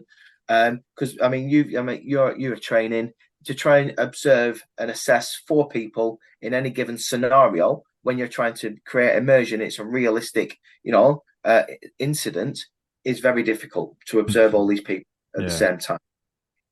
So we maximize it. We have a cap it at 3-to-1. So all our scenarios, then all our the apprentices are given a tabard, a coloured tabard, where that's like a red tabard, orange tabard, green tabard with numbers on as well. So they're very distinguishable on the fireground during the scenarios. And we explain all this prior to it as well during the safety briefs and our, in the beginning of the first day.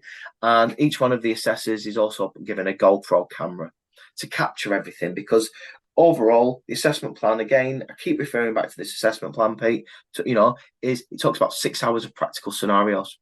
Okay. In the day. So 6 hours of practical scenarios is a lot to capture. And it's very easy, it can be, when you're looking back then and you're making an assessment decision on this apprentice, and you're looking at your grading descriptors, did they quite cover all those areas for the distinction criteria?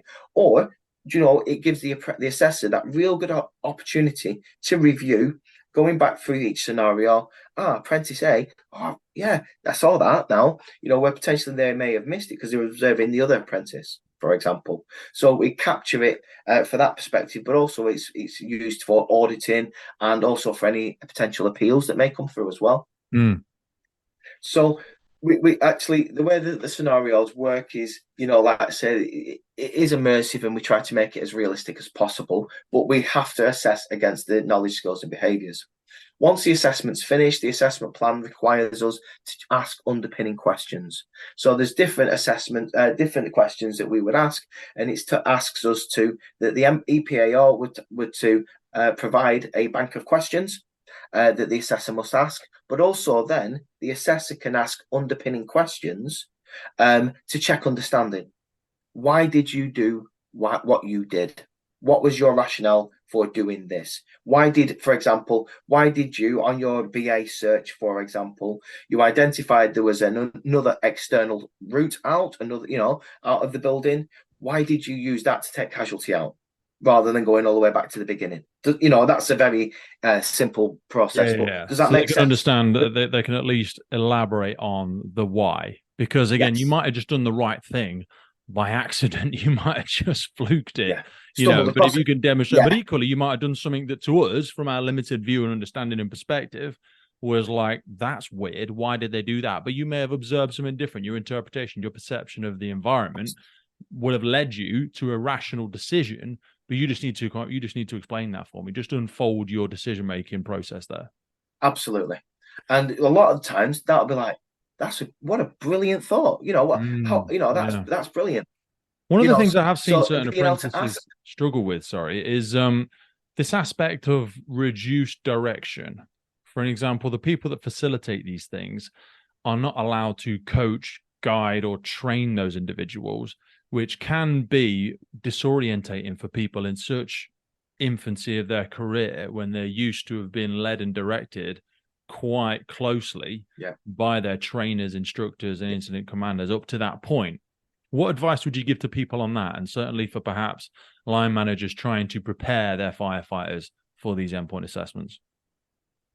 Okay. What I would say is a lot of that comes down to the skills of the facilitator themselves.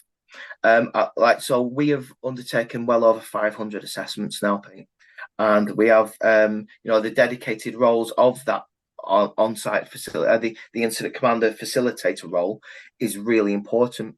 They have a really good understanding of the assessment plan and each one of our scenarios, and they can orchestrate the scenarios in such way that they would put the apprentices into an environment. And if we're going to say, let's give an example of a road traffic collision, because I think this is the simplest analogy. That we've got a casualty, we've ascertained that the casualty's got a physical entrapment by the dash. Okay, so they would gather that it may be that we've got three apprentices working around one side of the vehicle. The vehicle has been stabilized, they've managed the glass effectively, and now we're coming to that plan phase and we're looking at how they're going to, carry out this extrication. And we'll say, right then, team. So we've got a physical entrapment by the dash. Any thoughts? And it's about gleaning the information from the apprentices. All right, then, boss, so we're going to need to carry out our B or our emergency plan. Every service calls things slightly different, even in RTC world, Pete. And they'll say, right, we need to carry out this B plan. Okay, so what's that then? All right, well, that means that we're going to have to release, we have to release that entrapment before, in case a casualty was to, medical condition was to deteriorate, we can get them out safely. Okay, so explain what we can do for that. And then, so going around actually the room or, around this group, you'll say, right, I need to take the door off. So that's a paused conversational style, almost like a professional discussion to allow people to demonstrate their knowledge in those moments. Again, painting a greater picture to the actions they're about to undertake. It is, but that's not something our assessors do. The incident commander would say, okay, so you need to take the door off. All right, but then what do we need to do? Right, well, so we're going to have to carry out a dashboard roll, for example. Okay, so what's that then? So then they talk them through the sequence of that. Okay, then, team, any questions? No? Get to work. So what they have done is they have led them on that journey but they haven't told them what to do. The apprentices have come up with the solution themselves. And the facilitator has been that springboard of information. Okay, so we're happy with what we're doing, right? Let's get to work. And so, what if they do just suggest something completely weird? Like, I'm thinking we're just going to smash that front window and pull them out the window. That hasn't happened yet. And you wouldn't expect it to either. But stranger things have happened at sea. Yeah, they have. So what we would try to say is, okay, so what would be the benefits of that? Okay, and calibrated questions. So we would, and that's why it's so important for us as an EPAO that facilitator completely understands the objective of the scenario from our perspective and what we want to see. So we can orchestrate the scenarios in such a manner that without impacting or sort of putting any without any without directing them and holding the hand to achieve the objective, we can certainly orchestrate that scenario to ensure that each one of our assessors has seen what they need to see against the standard to make sure that and it's sufficient that they've covered all the different areas within the time frame allotted, which is 2 hours for each practical assessment, plus or minus 10%. 2 hours is a bit long for a bloody RTC, though. That's the problem. And this is one of my challenges when I've seen some of these things take place. You have to, because of the structure of the accrediting organization, I would imagine, you have to have observed them for this 6 hour period. But that might kind of go against when I see things like, are you aware of the exit project? Yeah. Yeah, so the exit project and move into a more rapid extrication of casualties. That will be a lot of the training that's being proliferated and, working its way down the channels to these individuals. And they may very well start coming up with solutions that only take them 20 minutes. Yeah. Because that'd be great for the community and for the individual stuck in that vehicle. Absolutely. So what we're aware of, so the way that we set up our scenarios that they've got that we will have casualties with various medical conditions to make sure that we are seeing what we need to see. So then, if we're just constantly carrying out snatch rescues, but we would put physical barriers, like, for example, like we're saying, that the casualty is physically trapped. Okay. But each one of our scenarios will include a comprehensive brief, monitoring, debrief, and questions at the end. Okay. There's a lot of elements to it, because obviously from a safety perspective as well, that we've got to give them adequate rest time between each scenario. We will brief them on the scenarios as well. We'll allow them to carry out the scenario, and actually we'll carry out the debriefing as well. And that includes the makeup, because obviously all the apprentices are also assessed in the makeup of the equipment to make sure that they are properly dressed, the PPE and all this sort of thing. Most of the injuries happen, isn't it? It absolutely is. And yet, you see, even on fire grounds, firefighters, the helmets aren't done up, they're perhaps not wearing gloves, etc. Yeah. So that's why, it's that professionalism and ensuring, that actually they are mitigating those risks. So 2 hours, they seem quite a long time. And yes, if you've got limited personnel, what we don't want to do is, I don't want to start over-assessing people, Pete, to the point of, well, we're assessing them until they fail. That's not what this is about at all. No, yeah.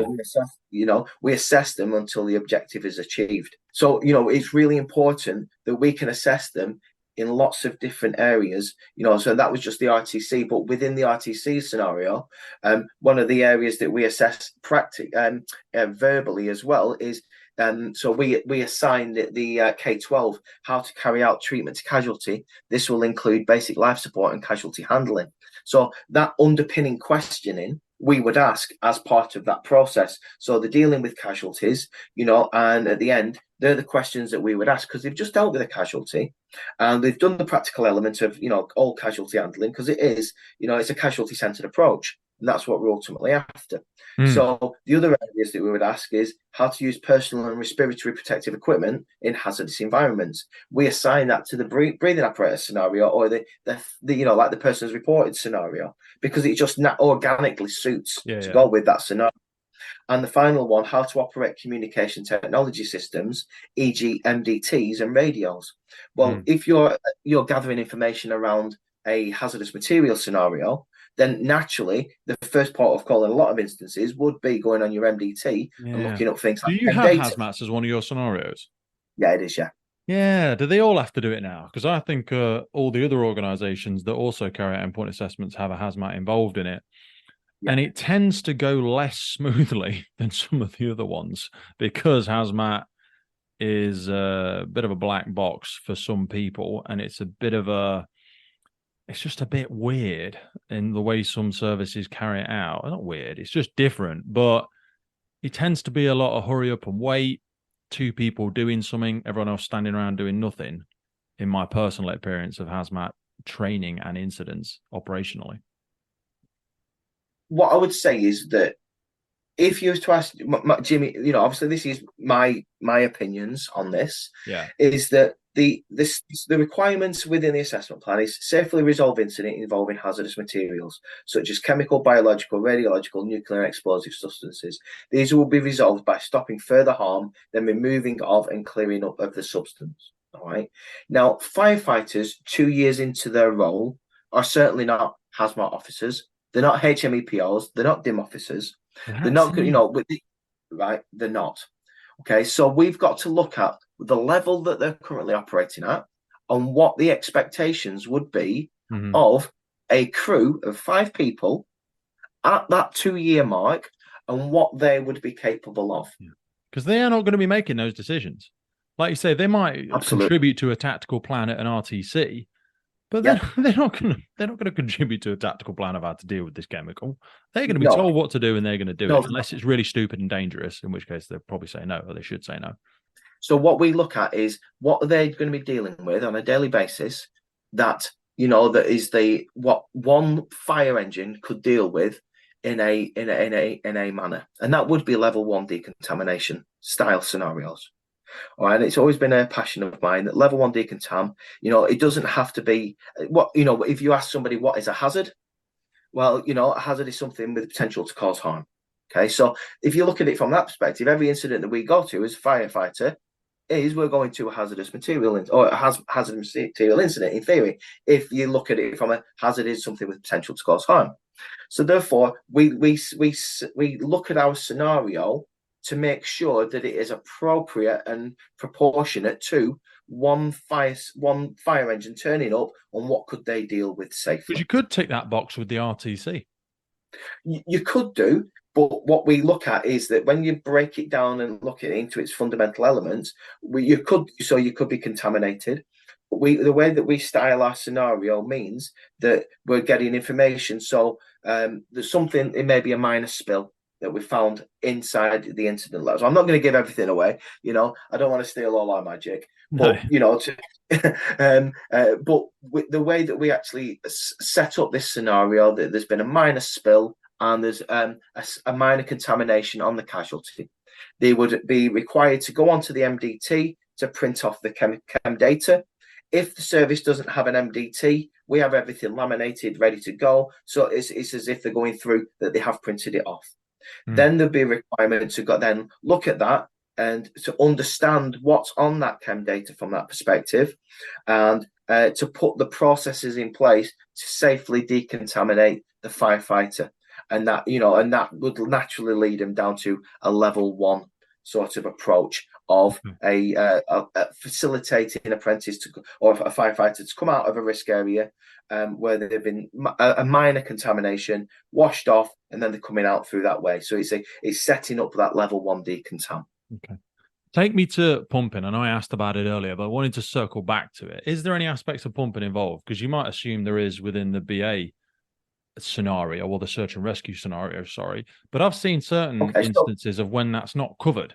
And I would consider that to be a foundational skill for a firefighter in their initial acquisition of skills to be able to competently demonstrate, because that's probably the thing they're going to be pointed at regularly.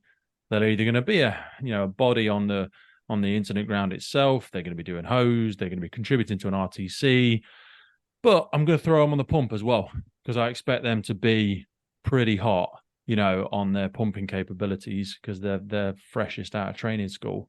But I've not seen that assessed in certain organizations. So what on this point, what I would say is so as I said, now we're on version 1.2. Previously in 1.1, it was around safely operating around water. Okay, so now that area has been covered in S7. All right, in the professional discussion, which we'll talk about in a bit, if that's all right.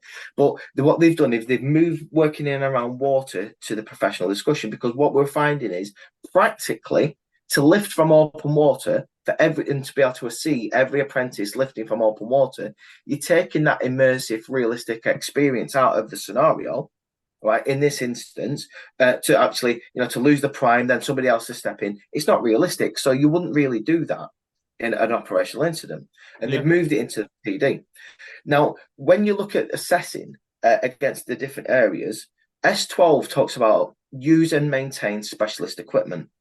So show us, and that is part of. So to get back to your point, yes, we will assess people using the appliance, and we will assess them pumping, from a pressure fed supply, but pumping, and to understand what the different gauges mean, how to actually, if you've got high pressure and low pressure operating, how, what from a safety perspective, what do they need to do? They need to know about all, we will assess them against that, because we feel that that's a fundamental part. As I mentioned before, scenario does that involve? Is that the search and rescue then? Is that? Yeah, so that would be a fundamental. So what we would do is we would have a BA scenario. In our BA scenario, we'd have crews operating in the risk area. In BA, you'd also have crews supplying water to them. You would have potentially covering jets. We'd have people working from the head of a ladder. In this scenario, because there may be flaming combustion coming out of the roof area, all at the same time. So we've got simultaneous assessment going on.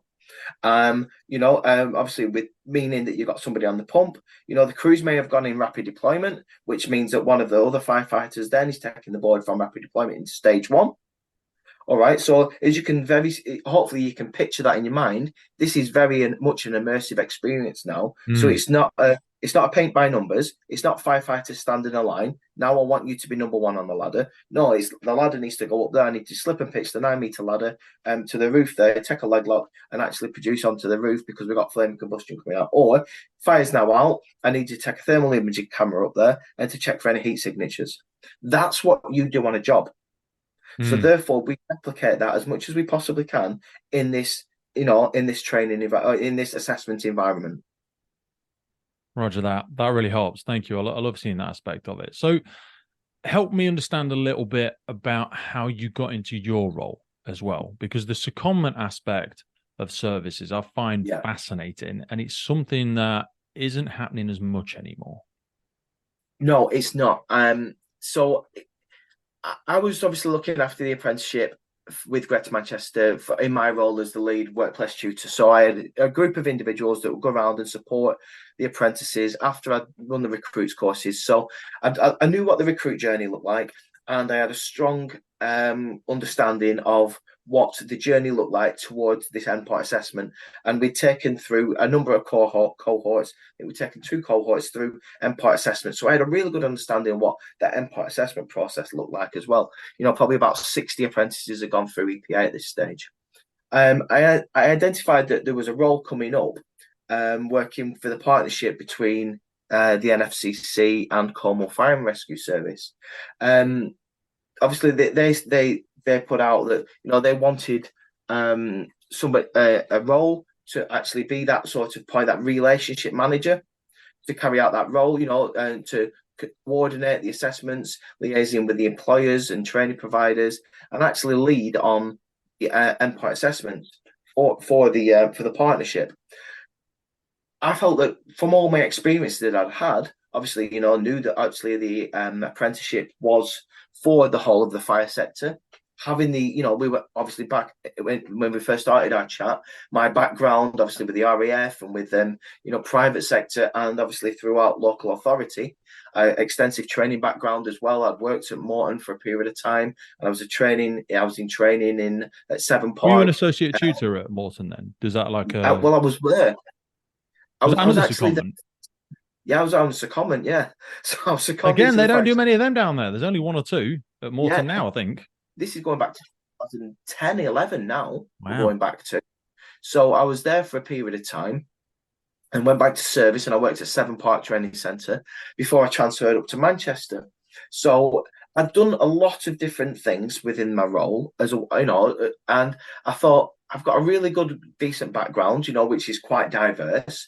I understood the apprenticeship, so much. I mean, there's probably people who've got a lot more knowledge and experience than I have, but at this point in time, I felt quite, I felt quite like a broad understanding of everything, and I thought that that would be a really good fit for me. And I really thought that the challenge of taking this on would be really, would be a great opportunity. So I wanted to, I applied for the role. I had a conversation with the chief officer of Oxford and Robert Dougal, who was brilliant with me. I had a great conversation about what the expectations were.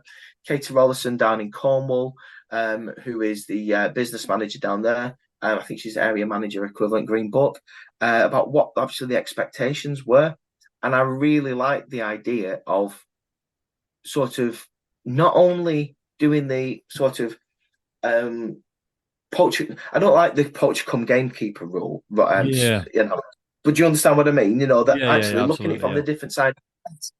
But having those experiences that I'd had over that period of time of preparing, I thought that I would be in a really good place to support other services and other people that were still a bit further down that journey than we were, Mm. but to help them, prepare their apprentices, and also, to see, and have a footprint, if you will, and to say, yeah, I've supported apprentices across the country now to get to achieve their endpoint assessment.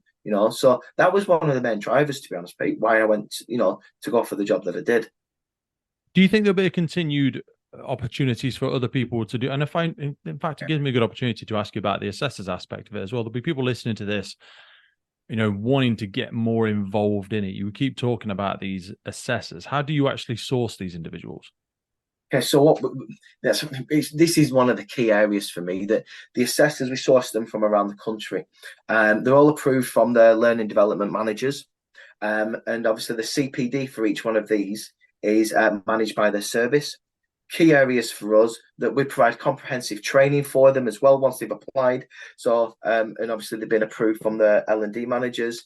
We provide comprehensive training and mentoring throughout. We have a roadmap to assessing, So which does is the all on a service rag. have to sign up Sorry. for something? Do services actually have to sign up for it themselves, or can you as an instructor in wherever Humberside, can you just raise your hand and email NFCC, or because there seems to be a lot of involvement with the service rather than the individual? Or do you know what I'm trying to say? Yeah, I do. Yeah. So pretty much how things work is that we put an application or a job advert out on the NFCC portal, and people would then apply. Once they've applied to us, they would need approval from their service to say yes, that they can be released, and we would have a service level agreement between Cornwall Fire and Rescue Service or the partnership and that service, because obviously we need to think about insurance, and obviously the payment for their time. So there's a service level agreement, which is it's a partnership agreement. How we're going to work collaboratively and how we are going to support the individual, and how we're going to make sure that the service is recompensed, or the individual's recompensed. How do they get paid? Does the service get paid, or does the person get paid? Yeah. So if I was a watch manager in Devon and Somerset or wherever, and I wanted to do this, I work on station on a 224. Yeah. Is my service getting paid for it? Do I get paid for it? Is it just a professional development opportunity, or do I actually get paid for it? Yeah, so it would depend. If you're coming on your days off, we pay the service for your time. So they will be paid X amount of money for the days that you're with us. We provide the accommodation, we provide your food while you're with us as well. But the service is recompensed for your time. If that's in your own time, then the service will pay you that money. But if you're coming in services time, so let's, for example, you're a training instructor and you're coming Tuesday, Wednesday, Thursday, we would pay the service for your time, to make at sure your that current the service, rank, I'm guessing. Yeah, at your current role. Well, we pay a nominal fee, which is more than we more than recompensate the service for that time, to make sure that they're certainly not out of pocket. Right. And whilst they're with us, make it to the person, I'm guessing, or is that down to the service what they choose to do with it? It is. Yeah, it definitely is. But if you're if you're coming in works time, the service is recompensed. If you come in your own time, then you will be paid. But is there a bit of a barrier there? I'm only talking like as I look at the whole thing, like if my service says no, then I can't go and do it. Because I imagine there's certain services where, and we won't ask you to name any names, but I imagine you get a lot of assessors from certain services, and some services have probably said no, like we can't release you, or we can't whatever, or I don't know. There is an element, Pete, where but services can't release, and so if we look back pre-COVID, that this was all put together, right? So the EPA, we identified that there was a gap, all right, for an endpoint assessment provision for the fire and rescue services. There is another EPAO out there that are doing a fantastic job, but there's so many different services now, and there's so many different apprenticeships within the fire sector, not only the operational firefighter, where there's a lot of work, and there is a lot of requirements for any endpoint assessment organisations. So when the partnership was put together, they wanted something for the service by the service. Right. Okay? So when you look at the benefits, certainly those services that have got apprentices in them, obviously you're not only enhancing, so coming to work with me as an assessor, you're not only enhancing your assessor's knowledge and experience through the knowledge of it, but look at it from the knowledge and skills that if you come to work with me, right, that you're getting those knowledge and skills from the endpoint assessment brought back into service to enhance and advance what you do in your service. So you could be going along this merry route, quite junior in that development journey towards that endpoint assessment. You may not have gone through that before as a service. When you come and work with us, what you're doing is you're showing them, this is what they're looking for. All right. So it also allows you to share collective experiences, which is brilliant, for collaboration and collaborative working. But it gives us that credibility using current competent serving watch officers to assess. Right. So I think that the big area for that is that if you were to have a unique selling point, would be with assessors from around the country. And our view is if you provide an assessor for 4 days a year to come and work with us, which you're paid for, that return on investment to services that they're feeding all that back into your service for 360 plus days. So does that make sense? Yeah, no, 100%. And I can see the benefit that services would get from that. Is there no concern around, I don't know, like would those assessors just be allowed to tell their apprentices how the thing goes? I don't know. We've discussed in and around aspects of it today, but we have also navigated this conversation strategically so as to, Yeah. we don't want people ticking boxes when they go into these things. No. That might be difficult to navigate because on one side we're saying you'll get the benefit of seeing behind the curtain, but then on the other side we're saying don't tell people what's behind the curtain. I understand. I mean, yeah, it does. I mean, obviously, we have a really, really strong malpractice and maladministration policy, that we have to adhere to, and all our assessors sign up to. But what they can certainly do is they have that understanding of this is a practical scenario. This isn't an old school standing in a line 1, 2, 3, 4. You're going to slip and pitch that ladder. So by enabling and training them, preparing them for a immersive practical scenario, that isn't anywhere behind the curtain, because if they understand that, then they can prepare apprentices for that. Right. Again, you can't replicate that all the time because you're working with different people. The scenarios will change, dependent on resources, on the location, and we have a suite of assessments that we will prepare them for different scenarios each time. So it's not always, oh, well, they're going to do assessment this, then they're going to do this, then they're going to do that. Things will always change, things always evolve. And it's the same when it comes to things like the professional discussion. And I hope we haven't talked about this yet, Pete, but this is one of the biggest areas that apprentices and fire and rescue services, they do worry about so much, which is the professional discussion. And if it's all right with you, I just wanted to just touch on this. Yeah, please do, because it's a really important aspect. And I think from my limited experience, it's the area that people struggle most with. It is. No. So remember a bit earlier, we talked about gateway requirements, and the gateway itself, it requires the apprentice to provide the portfolio, which is underpinned. The professional discussion is underpinned by the portfolio of evidence, which is put together by the apprentice up at this gateway element. And there's 14 different areas that they've got to provide evidence for the knowledge, skills, and experience behaviors for this. And a lot of people have, within the fire service, we do a lot of practical training. We do, and they're assessed against lots of different practical elements. They also do a lot of tests, and I know we talked about this before. So when it comes to the multi-choice questions, they're quite used to and familiar with this as individuals. What I think is a lot of people aren't familiar or comfortable with is a professional discussion. Yeah. And when I mean a professional discussion, it is having a discussion, not a Q&A session. So a lot of people get a concern and a fear and this white coat syndrome and a dread, thinking, I'm going to have to talk about everything. But if they've prepared their portfolios in a way that covers all the knowledge, skills, and behaviours, then they're just talking about what they've done. And we can make sure that that's done really effectively. And the way that we orchestrate that scenario is that following conversations that we've had with neurodiversity specialists, is we put them in the most comfortable position as possible. So we prepare them, we actually have an icebreaker at the beginning. And then the way that we, rather than just going through the knowledge, skills, and behaviours that are set out in the document, we go through something which we like to call the day in the life of a firefighter. Okay. Excuse me. So we start off the actual professional discussion, and we talk to them about, what do you do? And just to give you a broad flavour of that, most fire and rescue services will do that. Will have a sort of day which is very similar to others. As in, they will go on parade in the morning. Okay, they'll do the parade in the morning, and the reason for the parade is to check for health and safety, to make sure everybody's fit and well.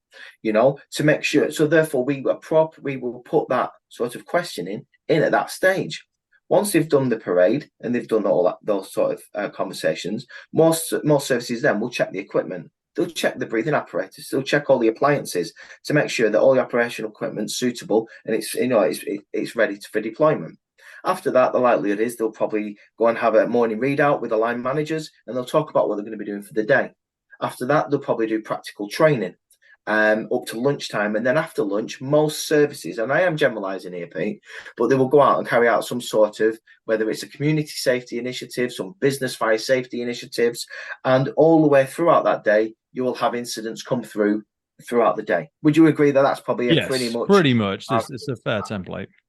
Yeah. So therefore, by carrying out that professional discussion in that sort of manner, it allows them to sit back, the apprentice, to relax and actually talk through what they do day to day. And we find that that's the best way. It really has feedback from the apprentices. They were really able to relax into the actual professional discussion. And before they knew it, they realized they were just talking about what they did. But ensuring that it's underpinned by that portfolio made sure that they were enabled to put the why they did what they did, as we mentioned right at the beginning of our conversation today, put why they do what they do, not just the what they do. Right. And that's the areas, and that's the key, that when, again, I'll go back to the assessment plan, and you look at the criteria within the grading descriptors, it talks about, yes, they may be able to describe how they maintain their operational and professional skills and performance. But when you look at then the distinction criteria, it would say explains the benefits of the development and what they've learned, has a clear understanding how their role fits within the organisation and the potential opportunities for progression. So, yes, they can list the activities that they've undertaken, but then explain the benefits of the development, what they've learned, and understanding. So do you see the disparity there, mate? Yeah, it's helping. So when you're developing your firefighters and when you're perhaps trying to support them for this, you've gone through and they've recorded loads of great evidence over the last 12, 18 months, whatever it might be, sitting with them and helping them describe the why, not just give a list of things they've done. Why? Because my manager told me to. No. Not just because but why did your manager tell you to? What do you think they were thinking? What was she thinking? What was he thinking? Why did you do it when they weren't watching? I did it because of this X, Y, Z, maybe this legislation, maybe my own safety, the safety of my colleagues, ABC, X, Y, Z. You know what I mean? That all of that why behind it. That's the bit that people are missing for that distinction criteria, I suppose. Because that's what I mean, it doesn't matter. Well, it doesn't matter if you get the pass or the distinction, but pass is a pass. But you want the best. It's a big investment of your time and life and the start of your career as well. You want to smash it. You absolutely do. So what we find is, going back to your question before about assessors going back to service, that rather than them seeing this gateway portfolio as almost an auditable tick list, you've got evidence for that. They are in that unique position to look at that objectively and say, okay, you've put this evidence together, but how does that relate to what you're going to be assessed against at the professional discussion? Because otherwise, it's just a tick list. Whereas when they actually sit down with them and say, okay, right, you've given us this example, but you've given us this example of how you've maintained your skills. So what? It's so what? And that then enables apprentices. You're not giving them any answers, but what you're doing is all they're doing is using the assessment plan. But when you've got a comprehensive understanding of what it is that we do as an EPAO, you're enabled then to look at the assessment plan and actually to prepare your apprentice. So there's no peeking behind the curtain with that, really, Pete. That's just having a broader understanding. Yeah. It's helping people tell their own story. It's exactly what we have with interviews for promotions or anything like that. I'm not asking you to make something up. I'm just helping you tell the truth. Tell your own story. Yeah, so everybody will have different experiences of their development journey, and it could be that they've had lots of different issues around a certain topic that they've been really struggling with, and this is what they did about it, and they've got a clear understanding of why they did what they do now. And everyone, when you sit and you actually carry out these professional discussions, it's fascinating. It really is, to listen to some of the backgrounds and the experiences of where these individuals have come from to where they are now. And when we sit in and actually have the evaluation, once we've finished, and you explain all the different areas and the facets that they've been assessed against over this 2 day period, and yet you look back 2 years ago where they were, you can see them like that light bulb moment come on, and it's brilliant to It's see a that. massive from and to, yeah, and it's probably a really nice way for them to recognize their own growth and reflect on it as well. It is. No, it really, really is. It's that from and to. This is where you were to where you are now. And even still, once they've passed that endpoint assessment, this is just my analogy. It's the learning to drive. You've passed your test. Now you learn to drive. Yeah.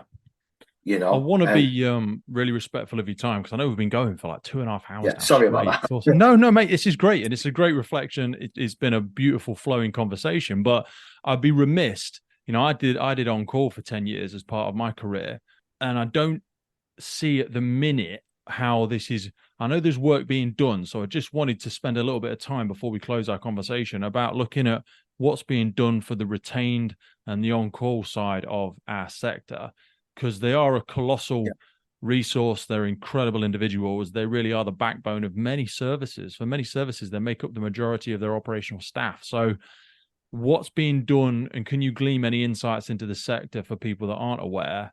Is this down the pipe? Is it something we're looking at in the future? And how close are we to being able to give that equal and fair opportunity for them to obtain these qualifications?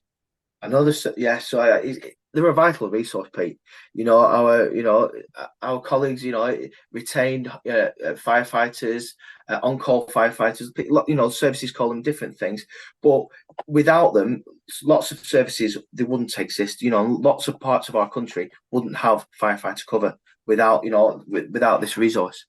And when you look at it from the apprentice perspective, I know there's been a lot of work undertaken. Certainly, I'm aware of in Devon and Somerset, they've been doing a lot of work around how they can take apprentices through from the on-call through the apprenticeship journey. I think there's certain services having a few teething issues around how long that journey looks. That's it, isn't it? It's the difficulty of the constraints of the structure and the fact that obviously the retained staff don't get as much time to train, to put into their own development. That's a big barrier. It is a barrier. It is a barrier. It's not one that I'm sure that with a lot more, looking into how we can't evolve. But I think also that where we are as a sector as well, there is also a concern that you start somebody on an apprenticeship with the on-call, and then at some point through that potentially, and we are looking at elongating this process. I mean, most services now are looking at 24 months, 26 months for their apprenticeship program.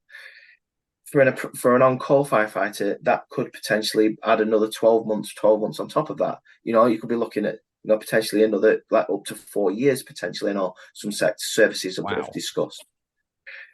But during that period, there's a lot of transferees from retained to whole time. Yeah, that's the problem. Which is a great thing that we want to offer those opportunities for people to do that. Absolutely. Then it's like, oh, you've committed to doing this thing, and that's actually an agreement with the governmental funding structure that we can't just easily jump out of. So the only way I can explain this is there are obstacles in the way. I'm sure that it's not something that couldn't be overcome. Whether they look at a slightly different model, I'm not sure, but it's certainly conversations that I've been involved with, and a lot of services are asking the question. Could we provide an endpoint assessment for them? Absolutely. Are we willing to have conversations with them? Obviously, it's not my role to look at that sort of training side of things, because obviously I'll be stepping out of the barriers and the constraints of the job that I'm doing if I start to give them. But certainly, we have support and conversations with them. Absolutely, we can. How they do that, well, that's a different conversation. How they facilitate that and look at that developmental process for each one of those individuals, especially with those other things that we've just discussed. I'm not sure. That's obviously down to each service to look at. But I know, is it possible? Absolutely. Yes, it is possible. It's just something we need to put some more time in. And I know, as we alluded to at the beginning of our conversation, as we have more individuals with different backgrounds, different diverse ways of approaching these challenges, I'm 100% confident we will. There's an appetite. If there's a big enough desire, then there's a big enough why. You'll overcome anyhow. We just have to make it a really intentional thing that we want to do, and then resources, time, adaptations will be made to give that fairness opportunity to these individuals, because we need to be really careful with that. Otherwise, these people won't feel appreciated, and retention and recruitment is a big challenge, and we need to be showing that we're giving equal opportunities. Otherwise, what's the incentive?